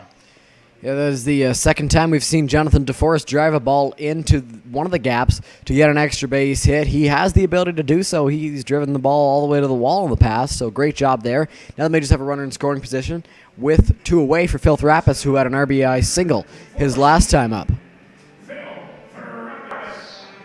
Indeed, he did, Dylan. RBI single for Therapis his last time up. And now he's got a chance to do the same here, albeit with 2 outs in this inning. After the 2-out double from DeForest. Majors looking to push another run across here. That one hit short. And out to make the grab is going to be the shortstop, Kyle Cush, and the inning is over. So the Majors get a 2-out double, but they're unable to score any more runs here. And we will go to the 5th from Labatt Park. Majors out in front, 4-2.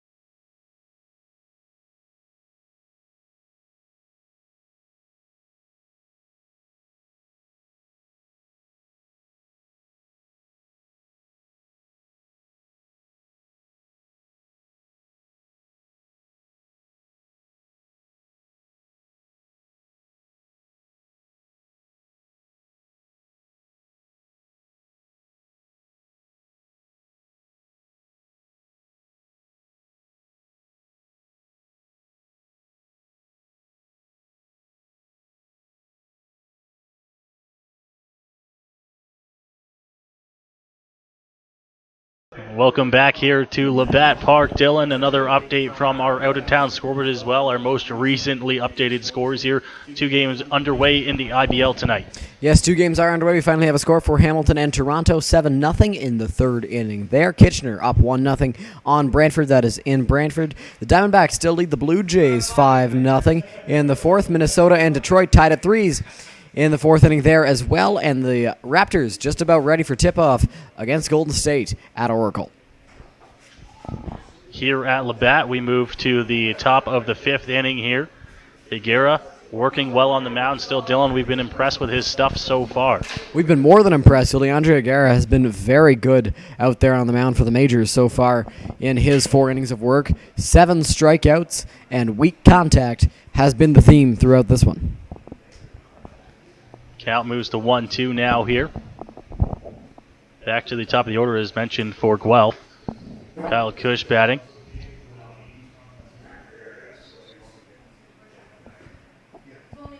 Here is the delivery.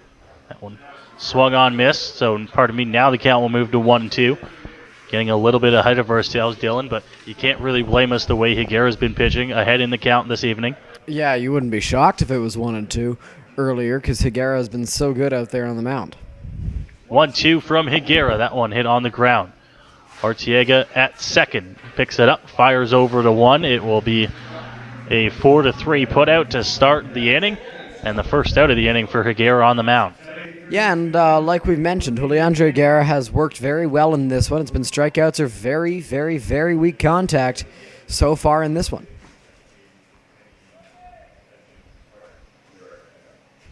Mendham set to bat here for the Royals now. Been on base a pair of times to start this ball game, although hasn't hit the ball overly hard.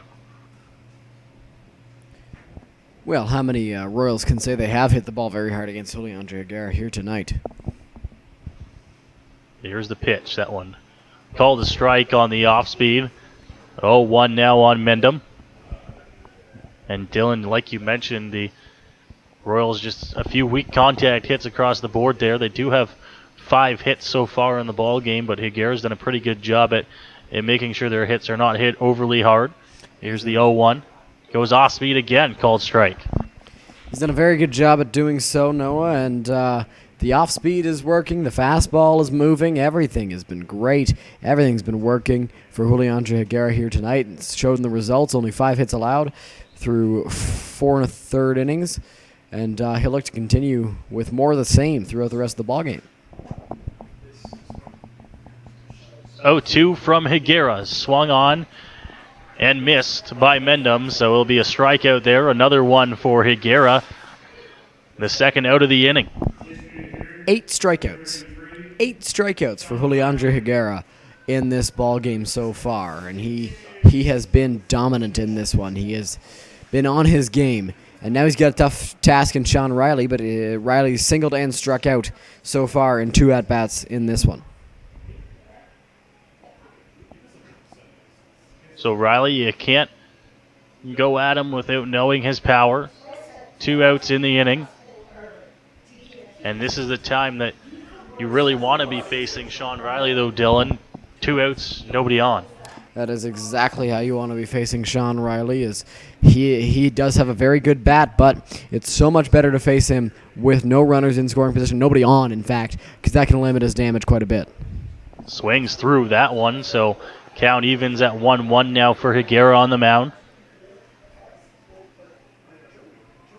Done a good job using his off-speed pitch tonight. One thing we've seen Higuera do a lot in his starts so far for the majors is rely a lot on that hard fastball, but he does have a good off-speed. We've seen him use it a lot tonight. He has used a lot of that off-speed tonight. He's been very, very good with it, as well as he's used it against Sean Riley, and it's worked very nicely. That was a fastball up high. Count moves to 2-1 now on Sean Riley, the 3-hitter in the order for the Royals.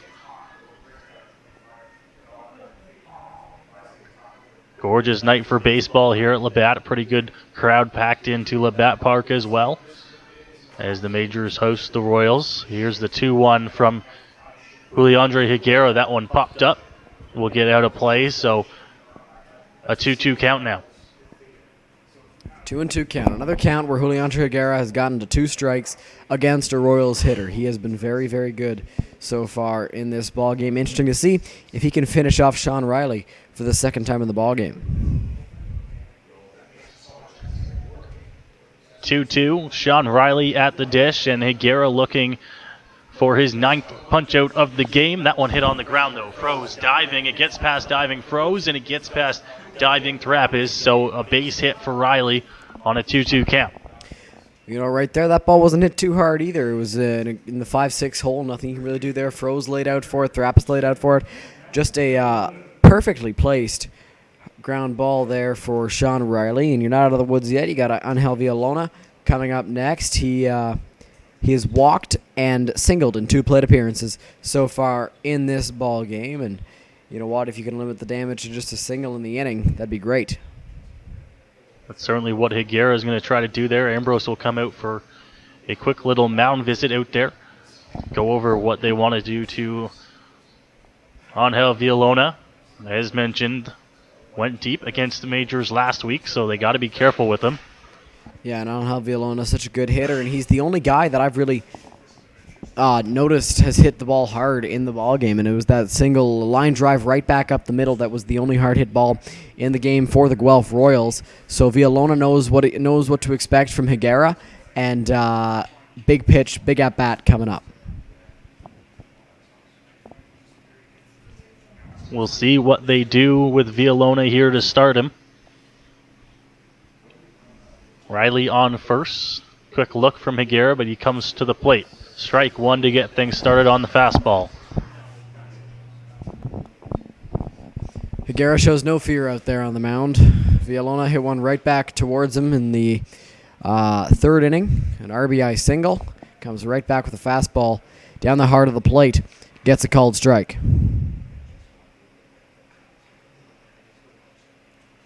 It'll be 0-1 here on Villalona. Higuera continues to work the wind delivery, and that ball fouled off. So another 0-2 count here for Higuera on the mound.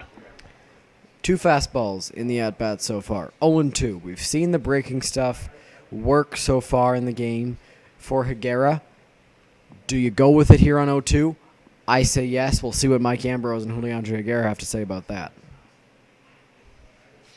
The 0-2. Ambrose sets up. They come inside. Fastball, strike 3. Ring him up. Villalona goes down looking. And another punch out for Higuera in the ball game. 9 for Julian Higuera in the game, and he has been dominant in this one. A fantastic start so far. And we will go to the bottom of the 5th. Majors out in front 4-2.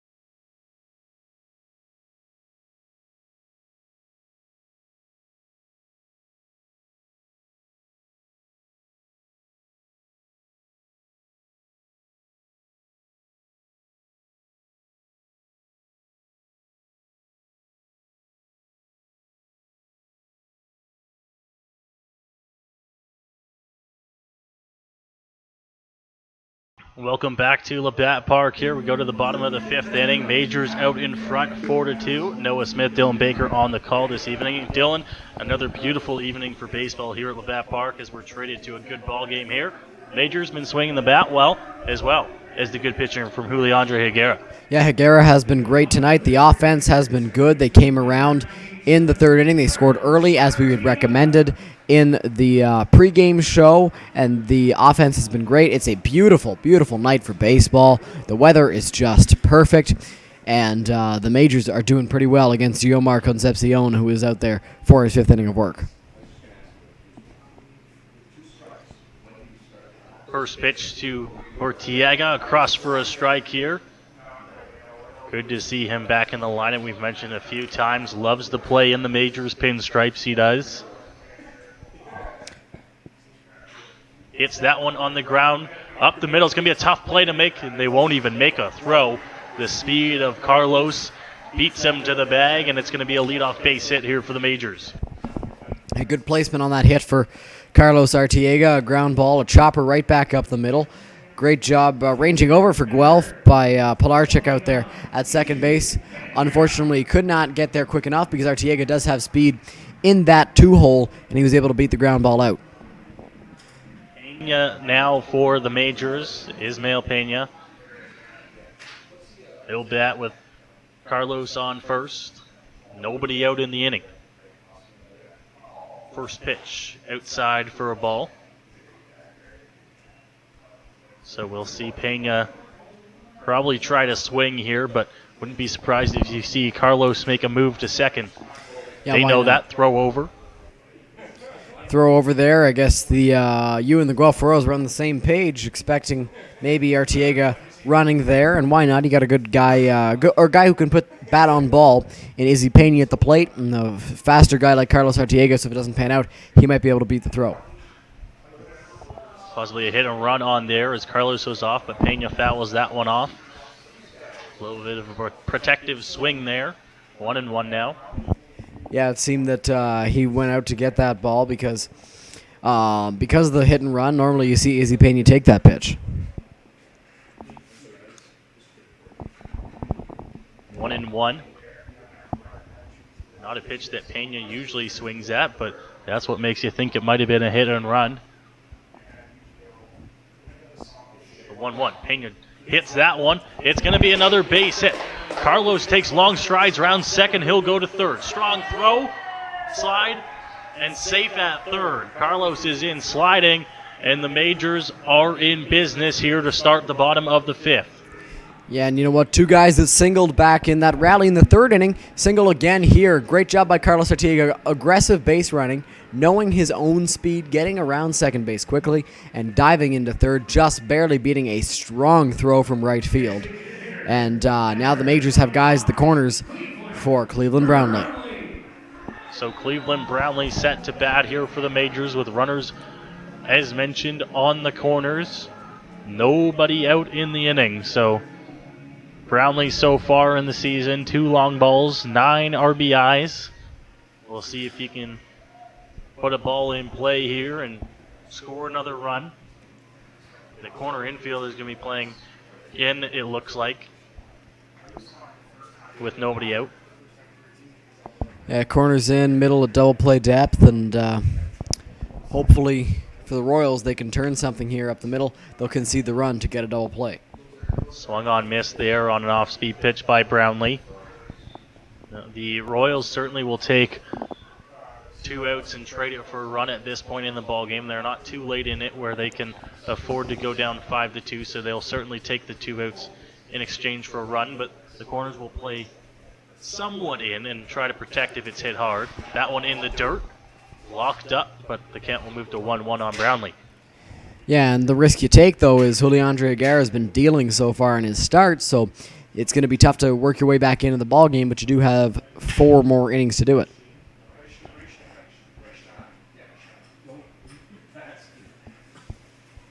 So 1-1 now.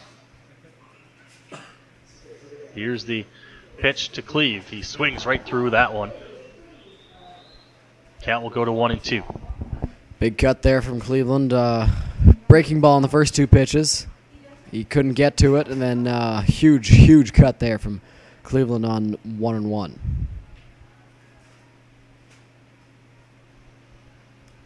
Once again, a 1-2 here. Here's the pitch to Cleve. He hits that one on the ground. Carlos won't come home, but it's bobbled. And now Carlos falls down at third. He's got caught in a rundown between third and home. He goes home and will be tagged out.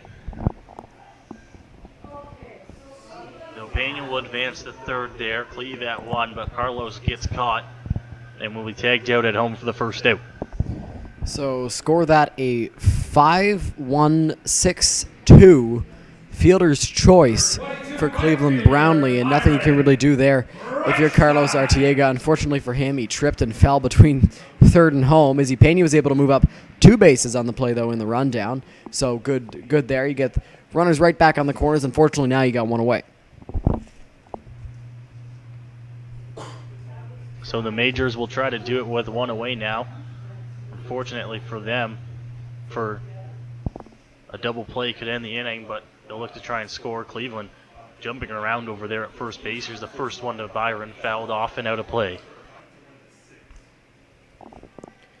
And interesting to see Cleveland jumping around. Obviously not necessarily a threat to run, but you never know.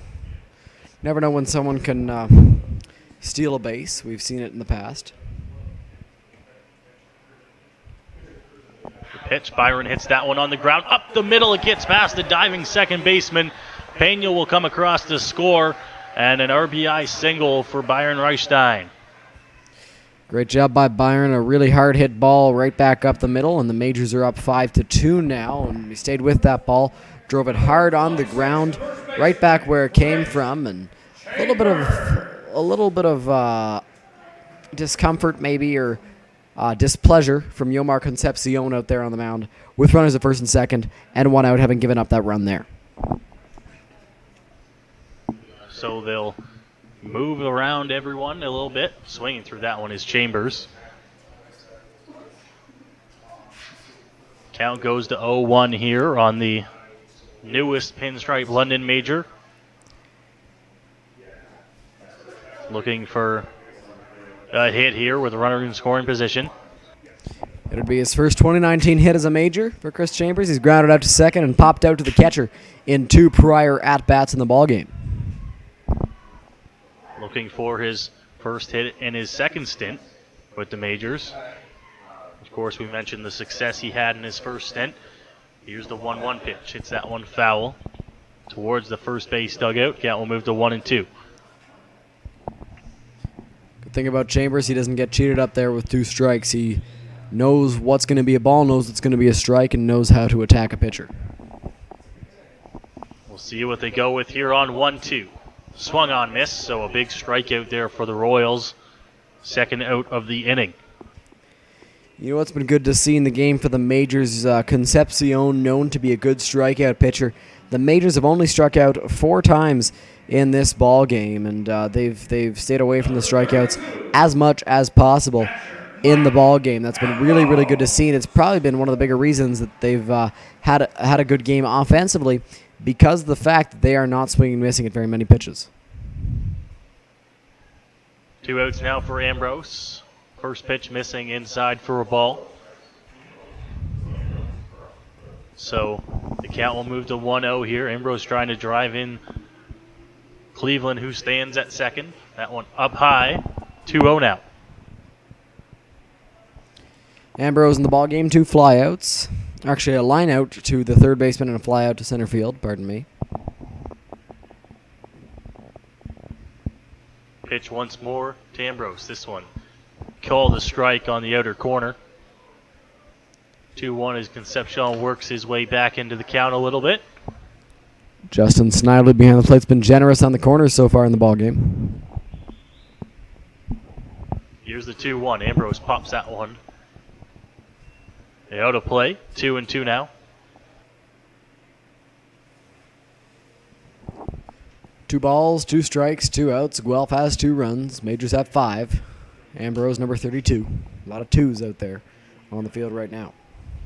Standing on second, Cleveland Brownlee. Here's the 2-2. Ambrose takes that one into center. Cleveland is going to be waved home. The throw not in time and offline. Cleveland will score. Ambrose now rushing to second. A heads-up play, and he'll be in there with an RBI single, moving up to second base, and the Majors extend their lead to 6-2. Great job by Mike Ambrose. A hard line drive right back up the middle, and he drives home Cleveland Brownlee there and moves up to second base on a heads-up play on the throw in. So the Majors now lead at 6-2. Good heads-up base running from Mike Ambrose, and it looks like a reliever is heading out to that Guelph bullpen right now. So finally some action down in the Guelph bullpen. Concepcion now giving up 6 runs here in the bottom of the 5th inning. Steve Froese set to bat. And you like the 6-2 lead, Dylan, but 2 big runs stand out there in scoring position. Froese breaks his bat. That one over top. Going to be a tough play. Across the diamond, in time at 1. So the inning will end on that play to Steve Froese, but the Majors pick up a pair of runs here in the bottom of the 5th. We will go to the 6th inning. Dylan Baker on the call when we return. Majors out in front, 6-2. What's going on, Majors fans? Kyle Grimard here, in-game host, and you know what? There's a lot of really exciting upcoming events so far this season. The next one that we are really looking forward to is June 16th. That is Pack the Park Day in Braden. You know, talk about being at the ballpark with your dad on a Sunday. Yeah, you know what? It's awesome. You know what? Every player wants to play in front of a big crowd. Just the overall atmosphere is great for everybody in general. And that's what's going to happen here June 16th. Tickets are free, so make sure you visit londonmajors.com for more details. And Braden, you being here before, obviously nothing better, but the atmosphere here is just going to be awesome. It's going to be a nice sunny day outside. Nothing better than being at the ballpark on a Sunday afternoon. It's going to be great. londonmajors.com for more news.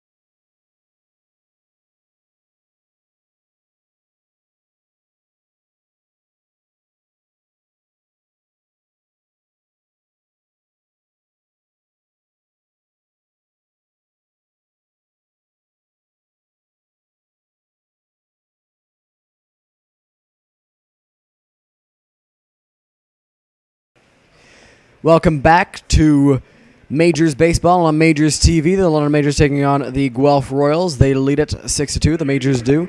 In the top of the 6th inning, Juliandre Aguirre has had a dominant performance so far on the mound, and he goes right back out there for the top of the 6th inning.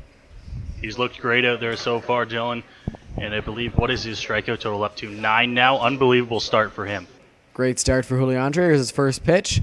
That is going to be a called strike to Jeff McLeod, the right fielder for this Royals ball club, and the top of the 6th is underway.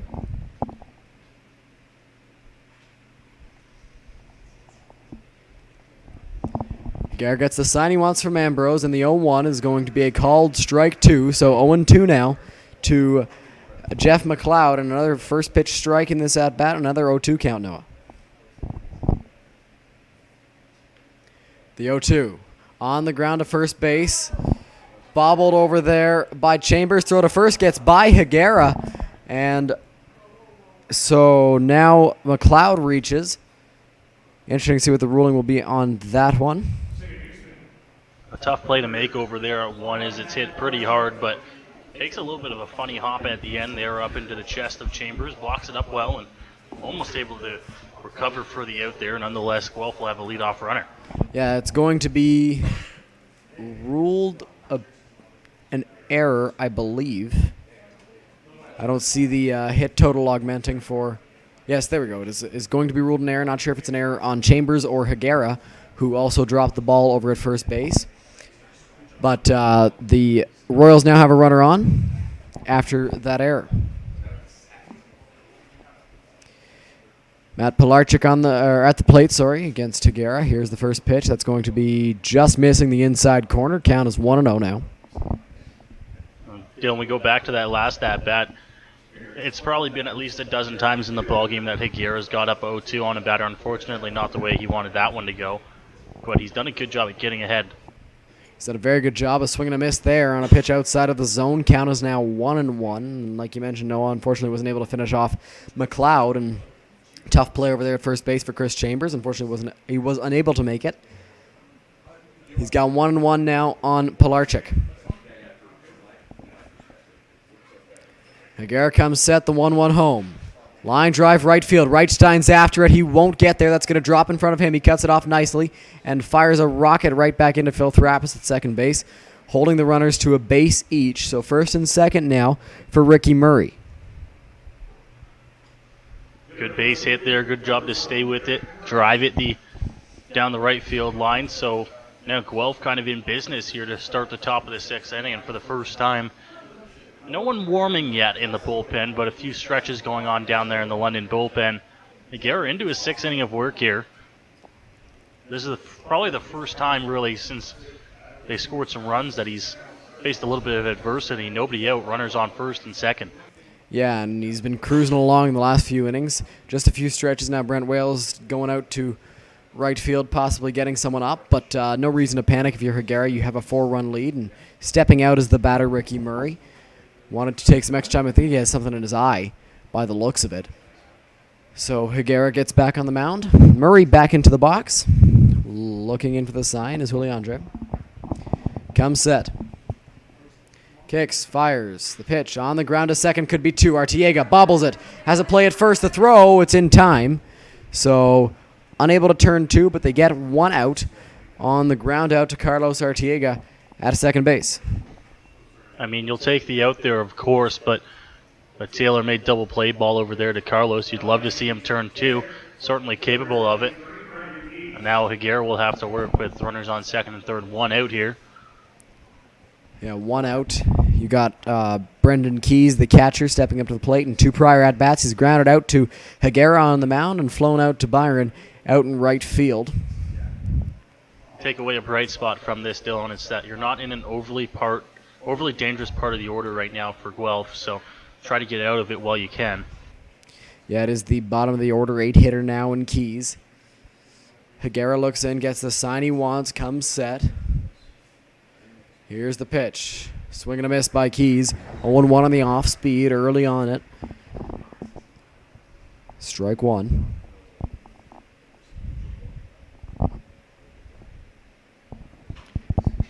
Majors up 6-2 in the top of the sixth inning. Higuera comes set. The pitch. Low and away. Count is 1-1. Didn't get far enough away from Ambrose for any runners to move up. And we've seen in the later part of this game, specifically Higuera go to the off speed a fair amount of times. He's confident with it, so don't be surprised if he goes with it on some counts you don't normally see off speed in. Yeah, foul ball there by Keys, and the off speed's been working, so no reason not to be confident in that off speed. The fastball is still working, and you usually see guys off speed pitches start to wear out a little bit as we get deeper and deeper into ball games, but Higuera's off speed stuff has been working well so far. 1 ball, 2 strikes to Brendan Keys, the catcher for this Guelph Royals ball club. Higuera comes set, looking to finish him off.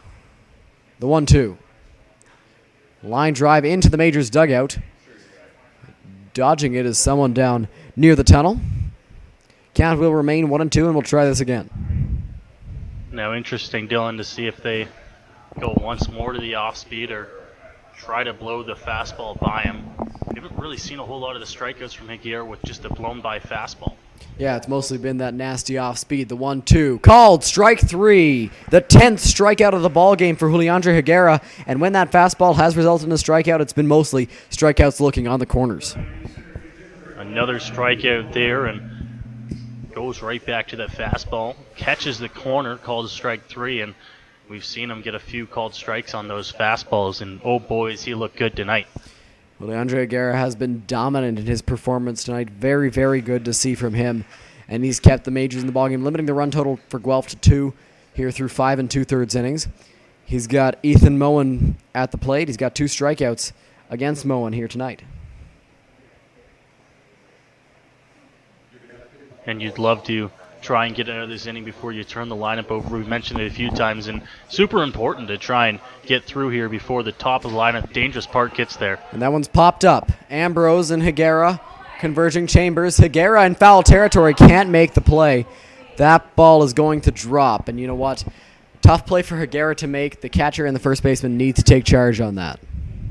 A tough play to make, and really a ball that you want to see your pitcher stay away from there.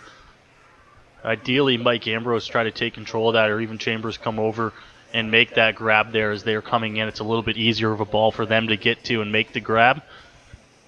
Yeah, tough play there to make for the pitcher who's got to come off the mound, run all the way into foul territory, and that one just dropped. Higuera looks in. Moen at the plate, comes set. Does Higuera, here's the pitch. That's in the dirt, and it's about a 55-foot pitch there. Is a good block by Mike Ambrose. 1-1 the count to Moen. 2 outs.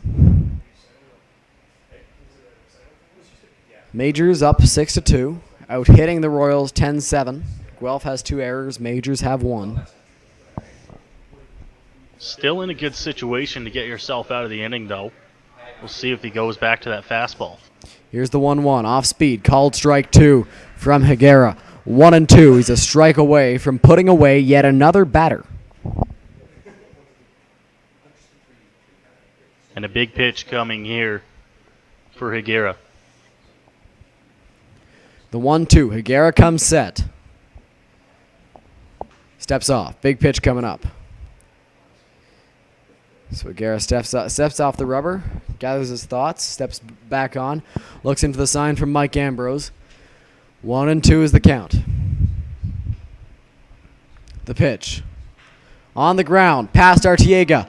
Byron's going to come up throwing. Runner's being waved to the plate. Here's the throw. It's up the line, and being held at third is the runner there. So a strong throw from Byron keeps the runner at third base. That is going to be an unearned run for Juliandre Higuera, as the runner who just scored, Jeff McLeod, got on with the error to Chris Chambers.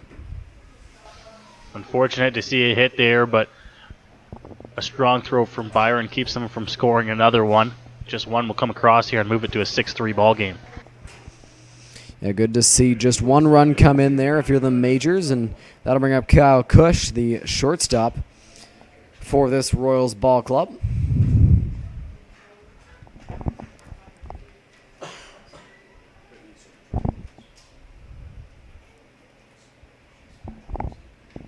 Higuera's first pitch to Cush. That's just going to miss low.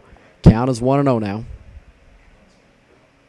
And if you're Higuera, sure, they've scored a run this inning, but you're still pitching well. One pitch can get you out of here, so just try to get yourself a ground ball to one of the infielders and get yourself back on the bats. Pitch fouled off by Cush. 1-1 now, and they are just trying to get back on the bats here. Are the Majors, Noah?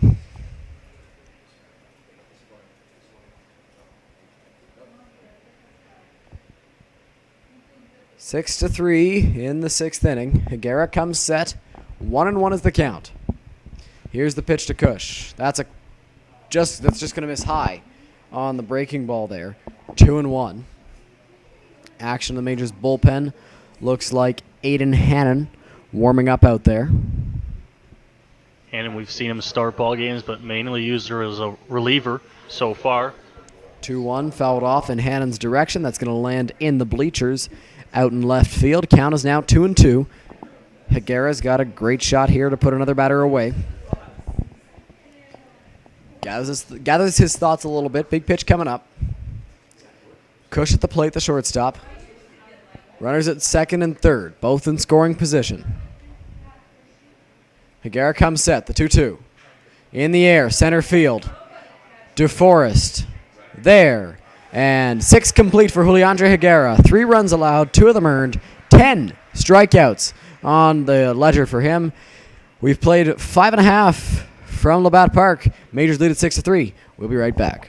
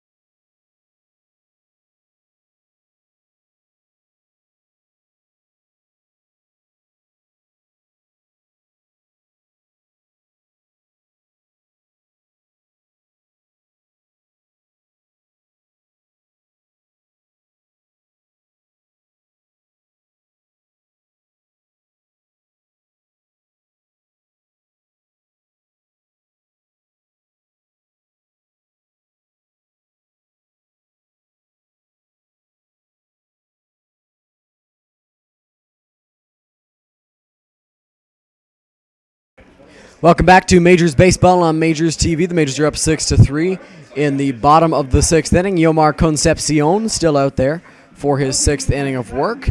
He's allowed 6 runs through 5, and leading off the inning for the Majors is Jonathan DeForest before the lineup turns over, and we have the top of the order for the Majors and Phil Therapis. JD been involved in some of the rallies for the Majors tonight, so you'd like to see him get one started here in the bottom of the 6th. For sure. DeForest, a good rally starter. Here's the pitch from Concepcion. Gets the outside corner. It's going to be a called strike 1 to start the at-bat for JD.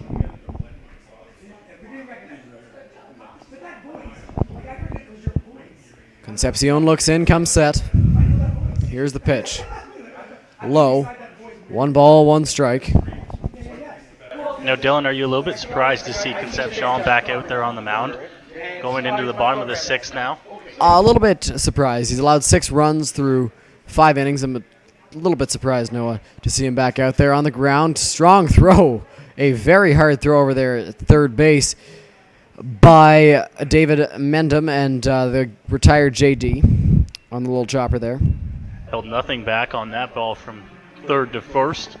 Coming across harder than it got to him, and first out of the inning. Absolute laser from third base. Phil Therapis steps up to the plate. He's got a single in the ball game and an RBI.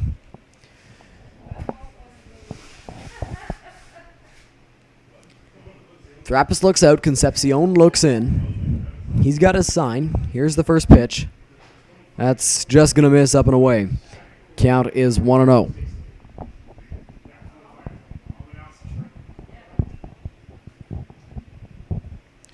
Concepcion looks in, gets the sign. Here's the pitch to Therapis. Squares around a bunt, takes a called strike 1. Count is 1-1 now.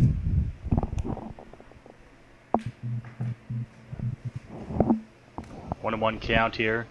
See if Concepcion comes right at Therapis. Interesting to see what he comes with here. 1 ball, 1 strike. Here's the pitch. Missing the inside corner is Concepcion. 2-1 now to Phil.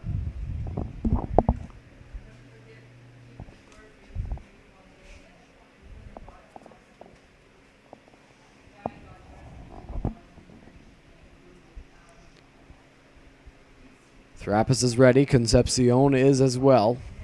Here's the pitch. Line drive back at the screen. Count is now 2-2.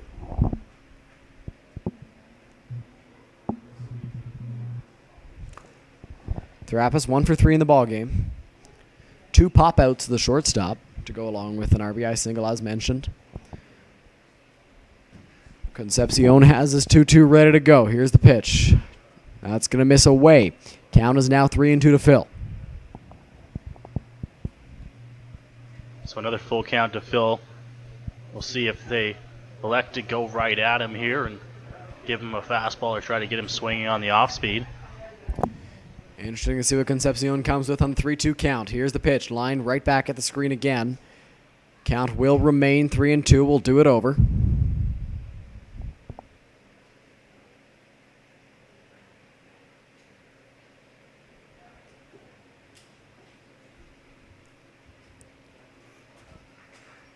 Here's a 3-2 from Concepcion. Line back at the screen once again. So Therapis in the midst of a good battle here against Yomar Concepcion. So there is action in the Guelph bullpen. Concepcion nearing the end of his line. He is getting tired through 5 1/3 innings of work. The full count offering. Therapis takes a called strike 3 for the second out. So 2 away here in the bottom of the 6th inning, and that'll bring up Carlos Artiega.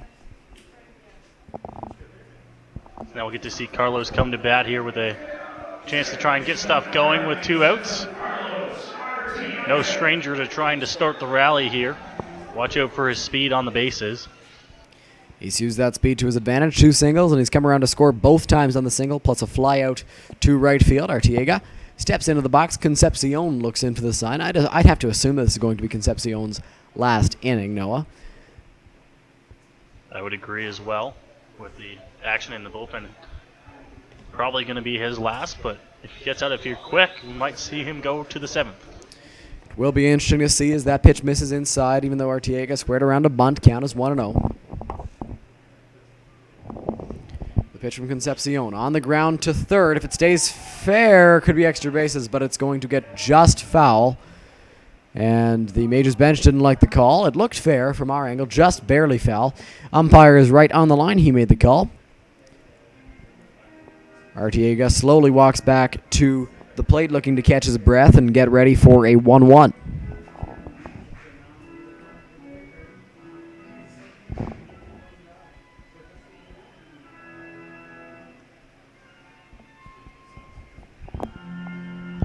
Artiega gets the signs from Brent Wales.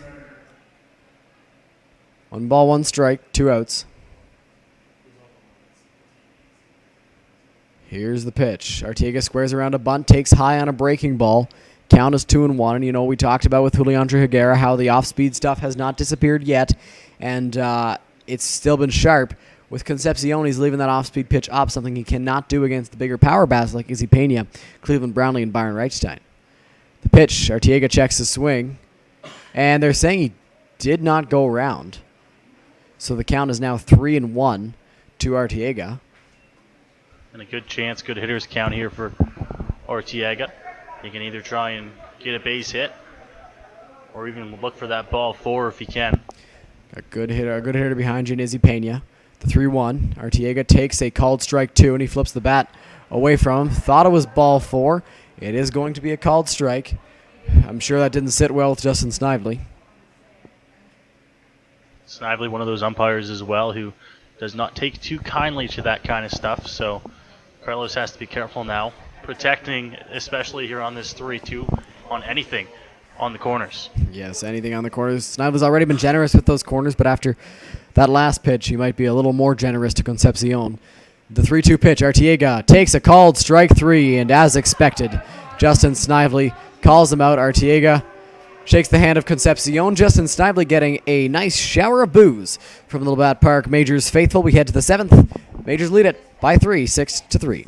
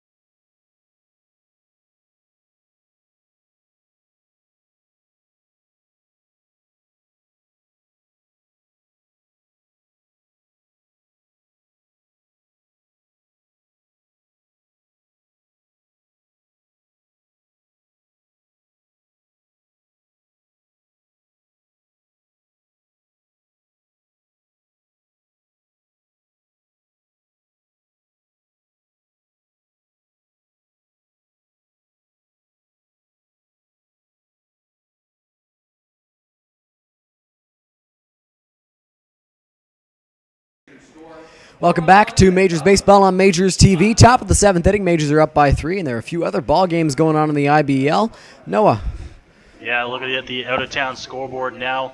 In the IBL, Toronto down 8-3 to Hamilton. That is in the 7th inning at our last check. Brantford down 5-0 to Kitchener in the 5th over at Brantford. And then in the MLB, Jays down 7-1 in the 8th to Arizona. Detroit down 5-3 to Minnesota in the 8th. And now we get to see our first action and scoreboard update from the NBA. The Raptors down 31-27 in the second quarter to Golden State. Dylan, back to the Majors.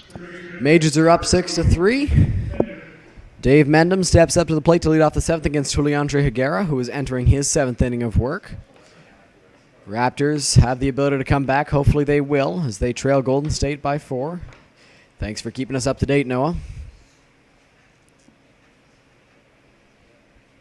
Higuera looks in. Gets his sign, ready to go. Here's the pitch. That's a called strike 1 from Juliandre, and that is going to be 0-1 now to David Mendham. Mendham, we've seen him on base a few times already today, looking to try and start the rally here as well for Guelph. Yeah, Mendham 2 singles in the ball game on the ground. Right back to Higgy on the mound. Lobs it over to first base, and a nice play made over there by Chris Chambers. 1 away. And Higuera, a good fielding pitcher on the mound there. No exceptions on that play. Kind of just stick out the glove, though, Dylan, and found the ball in it. He'll get the first out of the inning. Yeah, look what he found. He found a ball, and he lobbed it over to first base. Nice play there for Higuera, and that'll bring up Sean Riley. Got a few boos. A little surprising for Sean. Not a hated player. Very good bat for Guelph, of course. Riley digs in. Higuera looks in. Here's the first pitch. Popped foul right back towards us. 0-1 is the count. And correct me if I'm wrong here on this stat, Dylan, but I think in the times throughout the ball game that we've seen Sean Riley hit, majority of them, if not all, have been with the bases empty, which is exactly how you want to be facing Sean Riley. Yes, for sure. Sean Riley's such a good hitter, and he flies that one to center field. DeForest is under it. He makes the catch. 2 away, and as you mentioned, Noah, with the bases empty most of the time, that is exactly how you want to attack and face Sean Riley, because he is such a good bat, such a good hitter with runners in scoring position. You want to keep guys off the bases when he's at the plate, and Higuera has done a good job of doing that so far. I'll bring up Angel Villalona, of course, the other slugger in this order for the Guelph Royals. So much like Sean Riley, you want to be facing him when the bases are empty, and for the most part, again, they've done a pretty good job at that tonight. They most certainly have. Here's the first pitch to Villalona. That's going to miss high. Count is now 1-0 from Higuera.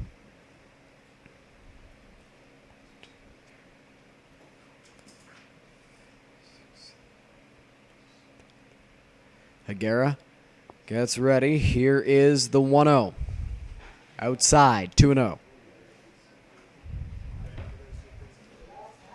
Higuera falls behind 2-0, but we've seen him come back from that many times in the ball game already. He's been very good at working his way back into counts so far in this one. He comes set. He's ready with his 2-0, the pitch. Swing and a miss, 2-1. A big cut there from Angel Villalona. He was looking to go deep on that one, and he missed it. Count is 2-1. And now Aiden Haney continues to warm up in the Majors bullpen down that left field line. Wouldn't be surprised, though, if Higuera keeps going, if he keeps at the rate he's at, Dylan.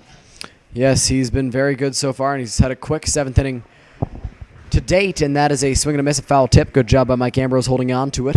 Count is now 2-2.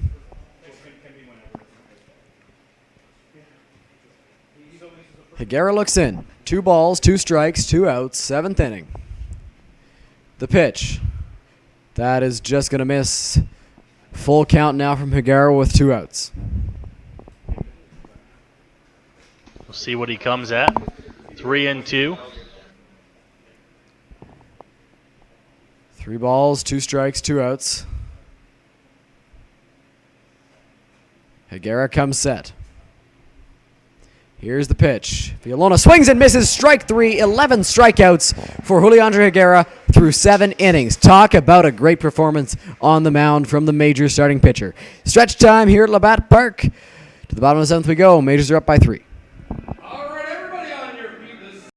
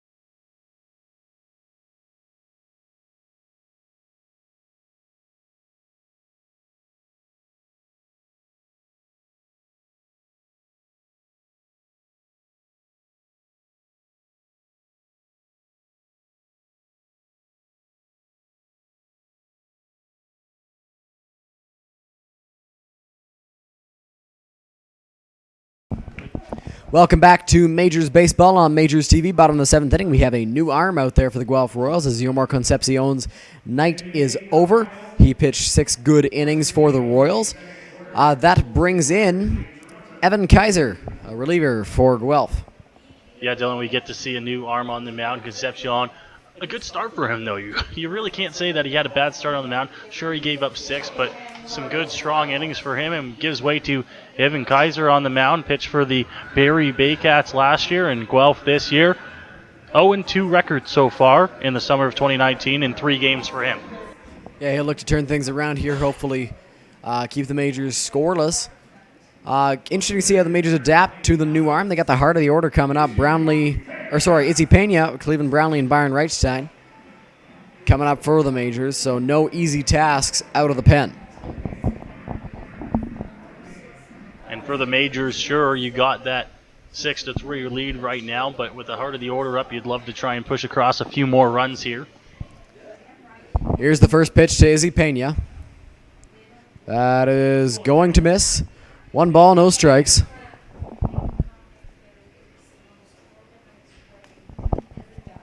Pena looks out. Kaiser looks in. The 1-0. Misses high. Count is now 2-0 to Izzy Pena. Pena so far in the ball game. A base hit earlier on that scored a run. The 2-0 home. Pena drives that one to left center field. Right there to make the play is Murray. One away now, and that'll bring up Cleveland Brownlee. Good piece of hitting there by Pena to take it the other way. Unfortunately, right at the left fielder. That'll bring up Cleveland here. One out in the inning. Cleveland so far in the ball game has lined out to center field, grounded into a fielder's choice, and singled in 3 at-bats as he gets set for this AB here. Nobody on, 1 out.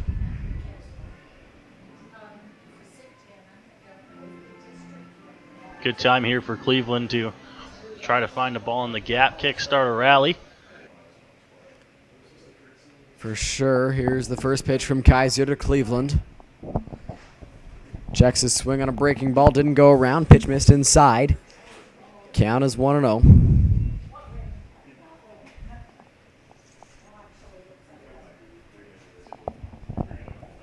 Kaiser looks in. Gets the sign. Here's the pitch. Swing and a miss. 1 ball, 1 strike. Pitchers tonight and all season long, Dylan, seem to be having success against Cleveland with the off-speed pitch, especially outer part of the zone. Yeah, for sure. And that seems to be the game plan for a lot of these pitchers against Cleveland, especially with Guelph. The pitch, Cleveland hits that off-speed pitch right between the third baseman and shortstop. So Cleveland gets on base with 1 away, and the Majors have a base runner.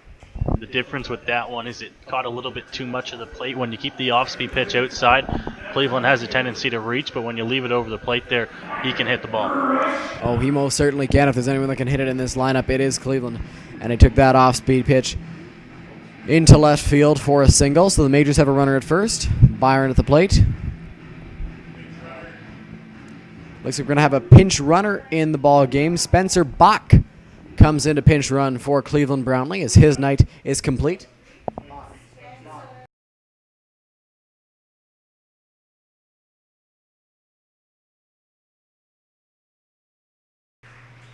So it will be the pinch runner in for Cleveland. Major is looking for some insurances that will end his night. Bach has a little bit of speed on the bases, though, so look for Majors to possibly put him in motion here. Interesting to see what he does. Byron at the plate, 1 out. Majors want even more insurance than just the 3 runs. So Cleveland's night is complete. Bach is out at first base. The pitch, low. Count is now 1-0.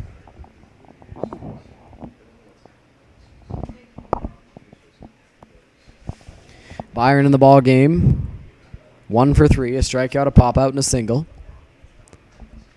Here's the 1-0. That's low. Count is now 2-0 to Byron.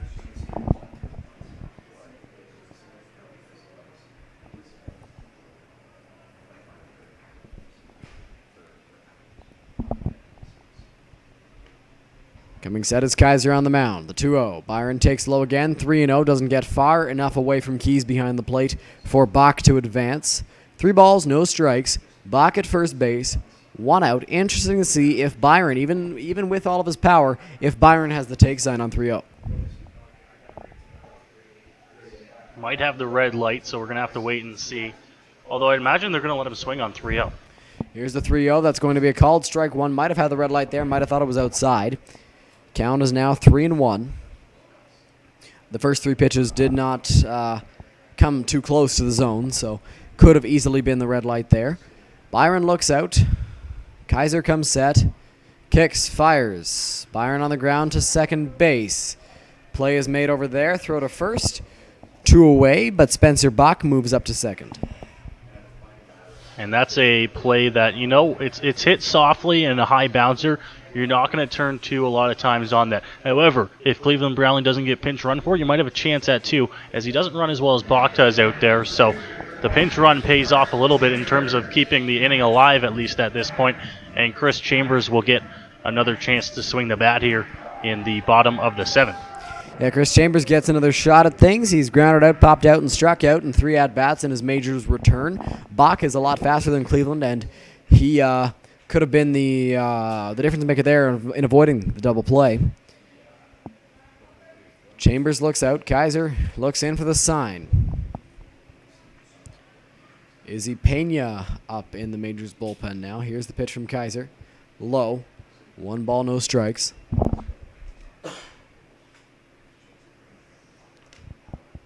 Chambers at the dish.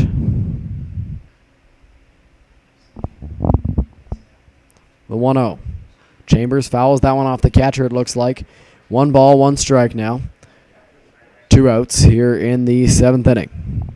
Now with a little bit of the speed upgrade out there for Cleveland, the pinch runner Spencer Bach does run a little bit better, so even a ball that's hard hit to an outfielder has a chance at scoring him. It most certainly does. Kaiser's 1-1. Chambers takes inside. 2 balls and 1 strike now.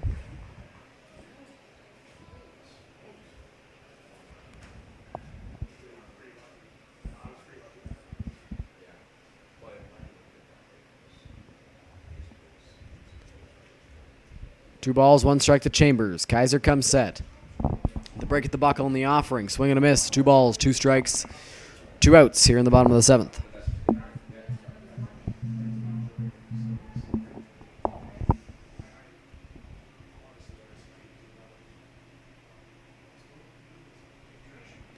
Here's the 2-2. Chambers swings and misses. Strike 3. The tag is applied, and the inning is over. 7 complete played from Labatt Park. Majors are up 6-3. Noah Smith with the call when we come back.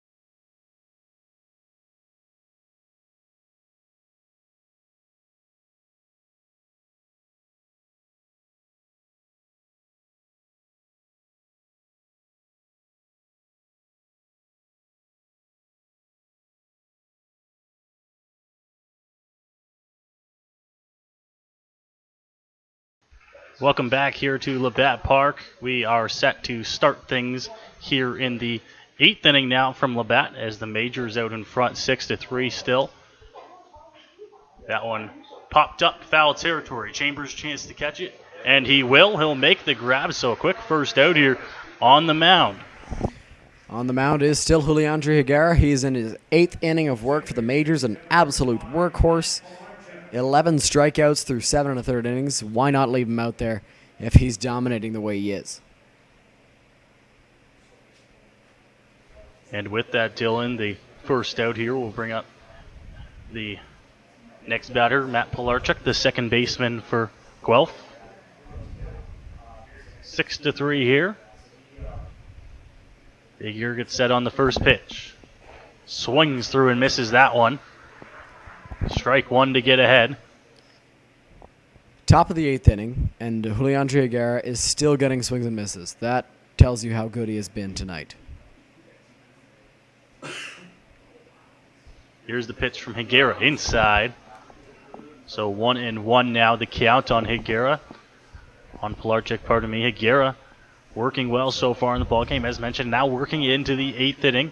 An absolute workhorse out there on the mound.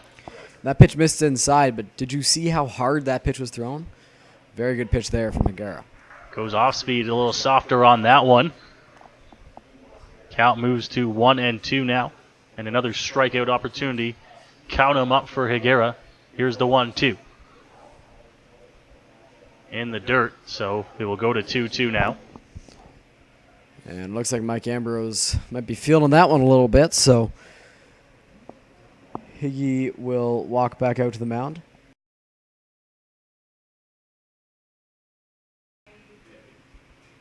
A little bit of a conference on the mound now between Higuera and Ambrose. They do have him in a 1-2 count still.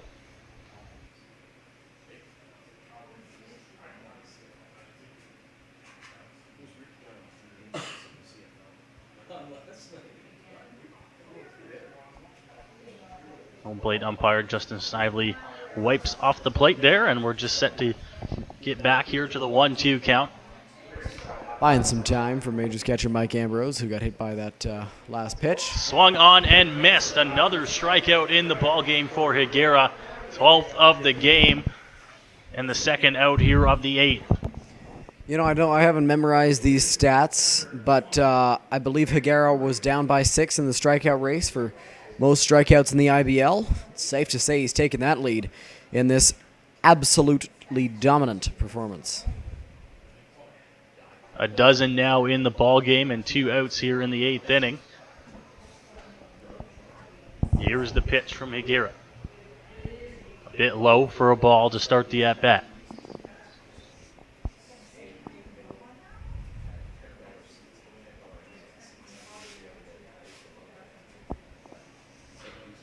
That one hit on the ground past the diving chambers. They're going to say it's a fair ball. So it gets into right field. And it will be a 2-out double past the diving Chris Chambers. Yeah, no, you sounded a little bit surprised when they called it fair, and I did too. I didn't say anything, but it did look foul from our angle up here. Apparently it was a fair ball, however, and now the Royals have a runner at second. But no movement whatsoever from the Majors dugout. They're going to let Higuera try to finish this inning off, and with his ability to stay calm out there, why not? Mike Ambrose behind the dish threw up his hands as well, certainly thinking that that ball was foul. Nonetheless, Higuera will have to work with a runner on second, 2 outs still in the inning, bottom of the order. That one hit on the ground. Froze boots it a little bit, and it will be an error there, allowing the runner to reach. Tough play there for Steve Froze. He had a short hop and unfortunately booted that ball a little bit, so the runner will reach. Getting to third is Ricky Murray. And Ethan Moen steps up to the plate. The number 9 hitter in the order for Guelph will try to extend the inning, score a run here if he can. There were 2 outs in the inning for Higuera, and then a double that looked foul down the line. And an error to Froze at third. Puts runners at the corners, 2 out. 2 men out. Higuera looking in. Moen certainly taking his time at the plate, getting settled in there.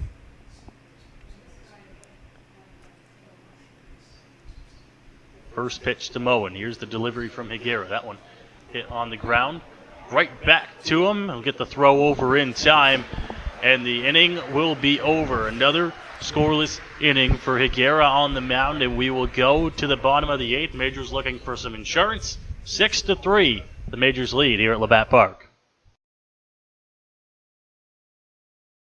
What's going on, Majors fans? Kyle Grimard here, in-game host, and you know what? There's a lot of really exciting upcoming events so far this season. The next one that we are really looking forward to is June 16th. That is Pack the Park Day in Braden. You know, talk about being at the ballpark with your dad on a Sunday. Yeah, you know what? It's awesome. You know what? every player wants to play in front of a big crowd. Just the overall atmosphere is great for everybody in general. And that's what's going to happen here June 16th. Tickets are free, so make sure you visit londonmajors.com for more details. And Braden, you being here before, obviously nothing better, but the atmosphere here is just going to be awesome. It's going to be a nice sunny day outside. Nothing better than being at the ballpark on a Sunday afternoon. It's going to be great. londonmajors.com for more news.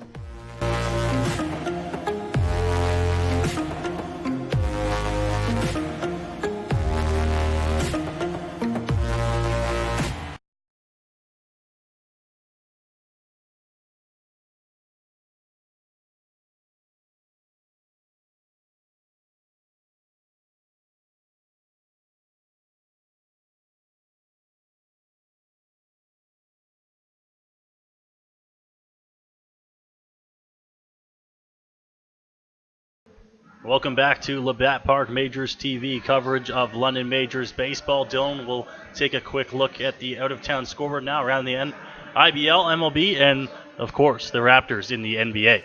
Well, here the Majors are up 6-3 in Hamilton. The Cardinals, they lead the Maple Leafs 9-4 out in Brantford. At Arnold Anderson Stadium, Kitchener is up 7-2. In the MLB, the Diamondbacks and Blue Jays have completed their game. It is 8-2 Arizona. A final there in the top of the ninth inning.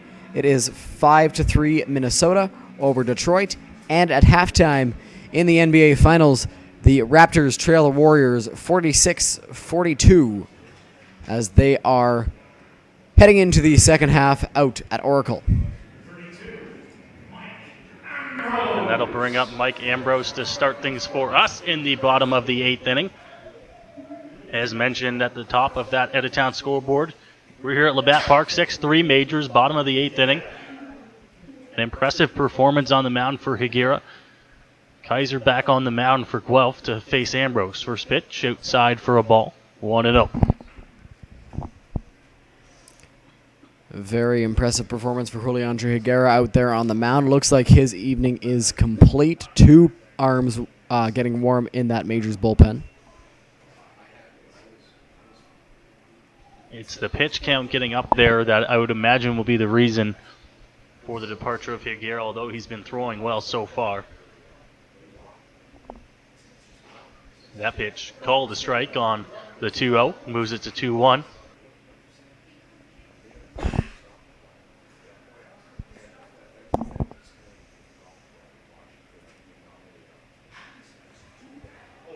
Ambrose drives that one into the right center field gap. It's going to be caught out there in center by Moen, and the first out of the bottom of the eighth inning comes the way of a flyout. A good contact there from Mike Ambrose, driving it into right center field. Hung up a little bit too long, though, as Ethan Moen was able to get to that ball in the right center field gap. Brings up Steve Froese. So Steve Froese will bat here, one out in the bottom of the eighth inning. Try to start a little rally here to get some insurance runs across.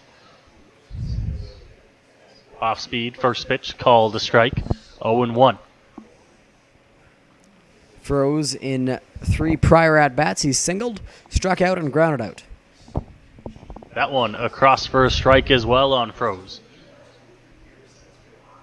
And Dylan down there in the Majors bullpen, Izzy Pena.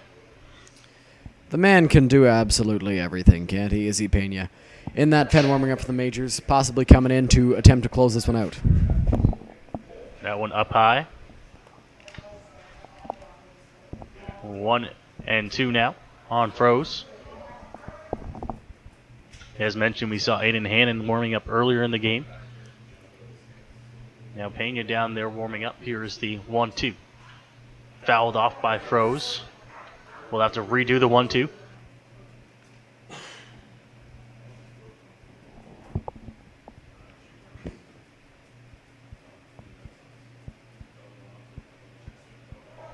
Off speed, misses high, slips out of his hand.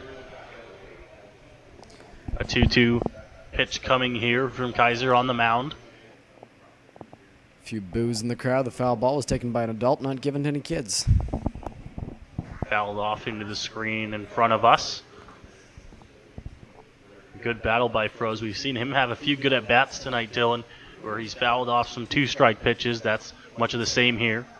Yeah, for sure. Steve Froze does a great job battling with 2 strikes. Swings and misses at that one, though. It's a strikeout here for the second out of the bottom of the 8th. And it will bring up Jonathan DeForest. 2 outs, bottom of the 8th inning. Number 6, Jonathan DeForest.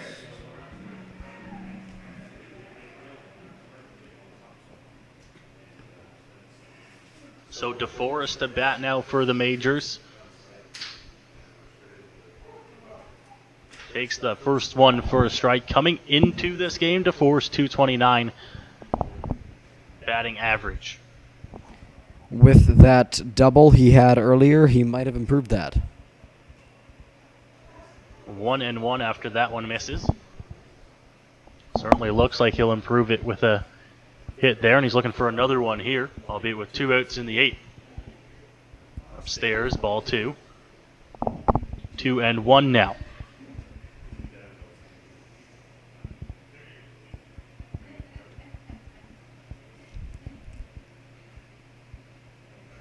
The 2-1 to DeForest popped up. Foul territory, but will get out of play. Evens the count at 2-2. Interesting to see what Kaiser comes with here on 2-2.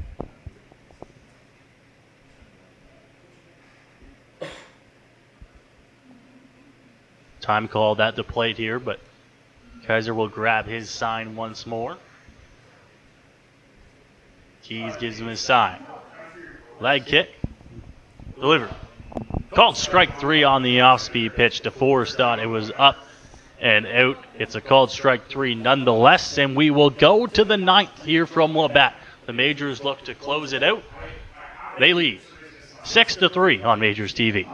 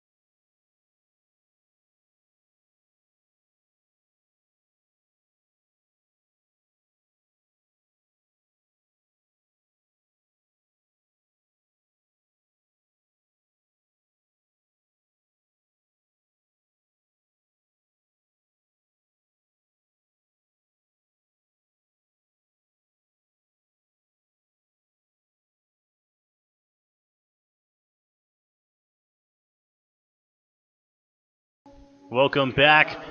Labatt Memorial Park, the site of this one, top of the 9th inning, Dylan. And Dylan, who is that back out there on the mound for the Majors? Well, Noah, that is the starting pitcher, Juliandre Higuera, with 120 pitches through 8 innings.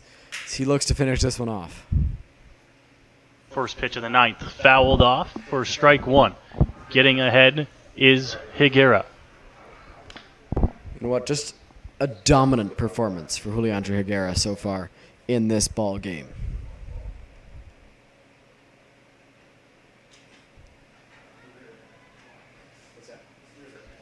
Oh, 1 from Higuera. Swung on and missed.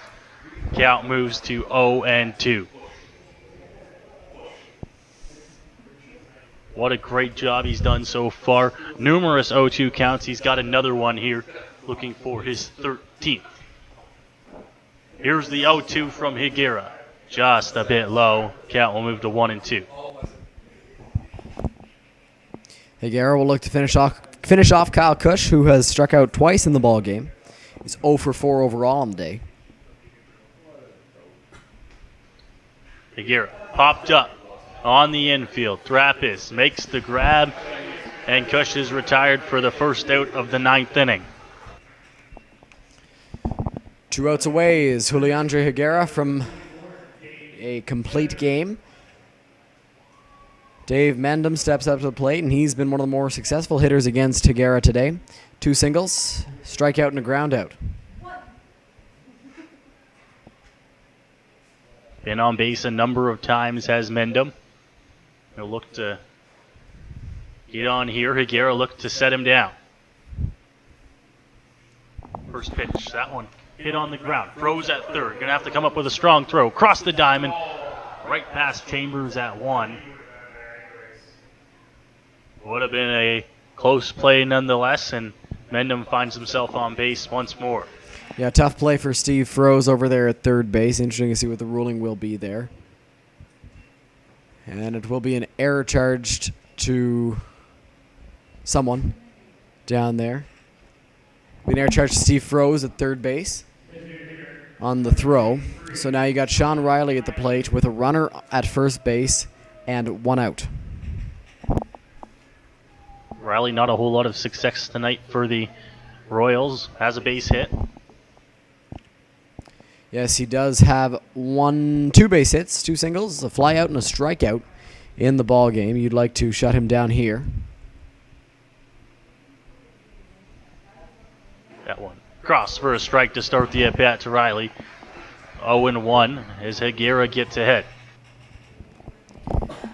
9th inning, Juliandre Higuera is above 120 pitches, and he's still getting ahead of hitters. With a hard fastball of all things as well. That one. Called a strike again here. And Dylan, he is using the fastball here in the 9th as hard as it has been all night long.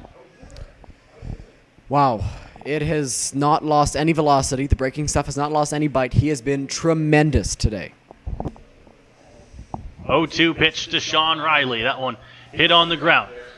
Carlos will have to go to 1. That's the only out he'll get. Mendham stopped halfway.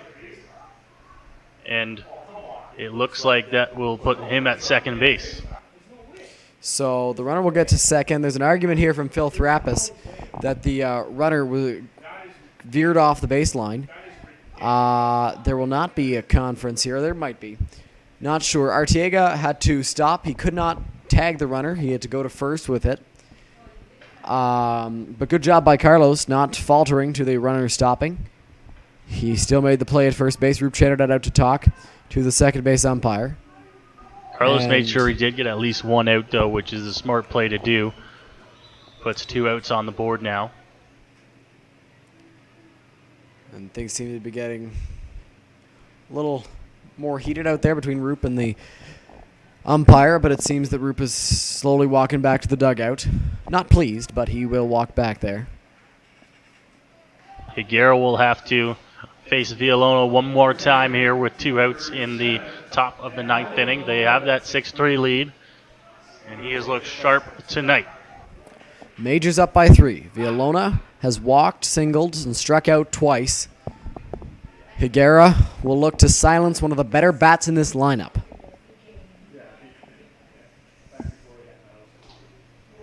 Higuera, 2 outs in the 9th inning. Inside, ball 1. Villalona gets out of the way of that one. So a 1-0 count here. You know what, Noah? Juliandre is above 130 pitches. My arm would have fallen off at 90. I don't know how he's still pumping in that fastball that hard. Just outside, 2-0 on Villalona. So he's gone at him all game long. We'll see if he can get at him here. Falls behind 2-0 to start. Mentioned he struck him out the last 2 times. Once looking, once swinging, and what a way to cap off the ballgame if you can get a strikeout here. That one in the air to right center. Byron tracking it down and will make the grab, and the ball game is over. A complete game. Stellar performance for Juliandre Higuera on the mound. He gives up 3 over 9, 13 strikeouts, and the Majors come out with a 6-3 win to start the weekend on Friday evening. Great win, huge performance by Juliandre Higuera, who was absolutely dominant on the mound. No one could touch him throughout the ball game. 3 runs, 2 of them earned over 9 innings, a complete game for Juliandre Higuera, and the bullpen completely rested, ready to go in Barrie tomorrow. They face a tough task, the pitching staff does, against the Barrie Bay Cats. We'll take a quick break. Post-game thoughts when we return here on Majors TV. What's going on, Majors fans? Kyle Grimard here, in-game host, and you know what? There's a lot of really exciting upcoming events so far this season. The next one that we are really looking forward to is June 16th. That is Pack the Park Day in Braden. You know, talk about being at the ballpark with your dad on a Sunday. Yeah, you know what? It's awesome. You know what? Every player wants to play in front of a big crowd. Just the overall atmosphere is great for everybody in general. And that's what's going to happen here June 16th. Tickets are free, so make sure you visit londonmajors.com for more details. And Braden, you being here before, obviously nothing better, but the atmosphere here is just going to be awesome. It's going to be a nice sunny day outside. Nothing better than being at the ballpark on a Sunday afternoon. It's going to be great. londonmajors.com for more news.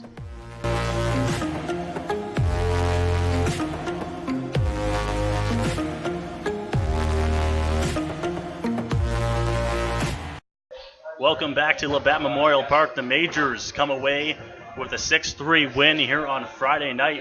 Noah Smith, Dylan Baker, and Dylan, a pretty impressive night for the Majors. They come away with the win tonight, 6-3. Impressive performance from Higuera on the mound. Yeah, Juliandre Higuera was great out there on the mound for the London Majors tonight, pitching a complete game. The bats were there. They scored early. They scored often. Overall, a complete performance from this Majors squad who dominated Guelph tonight.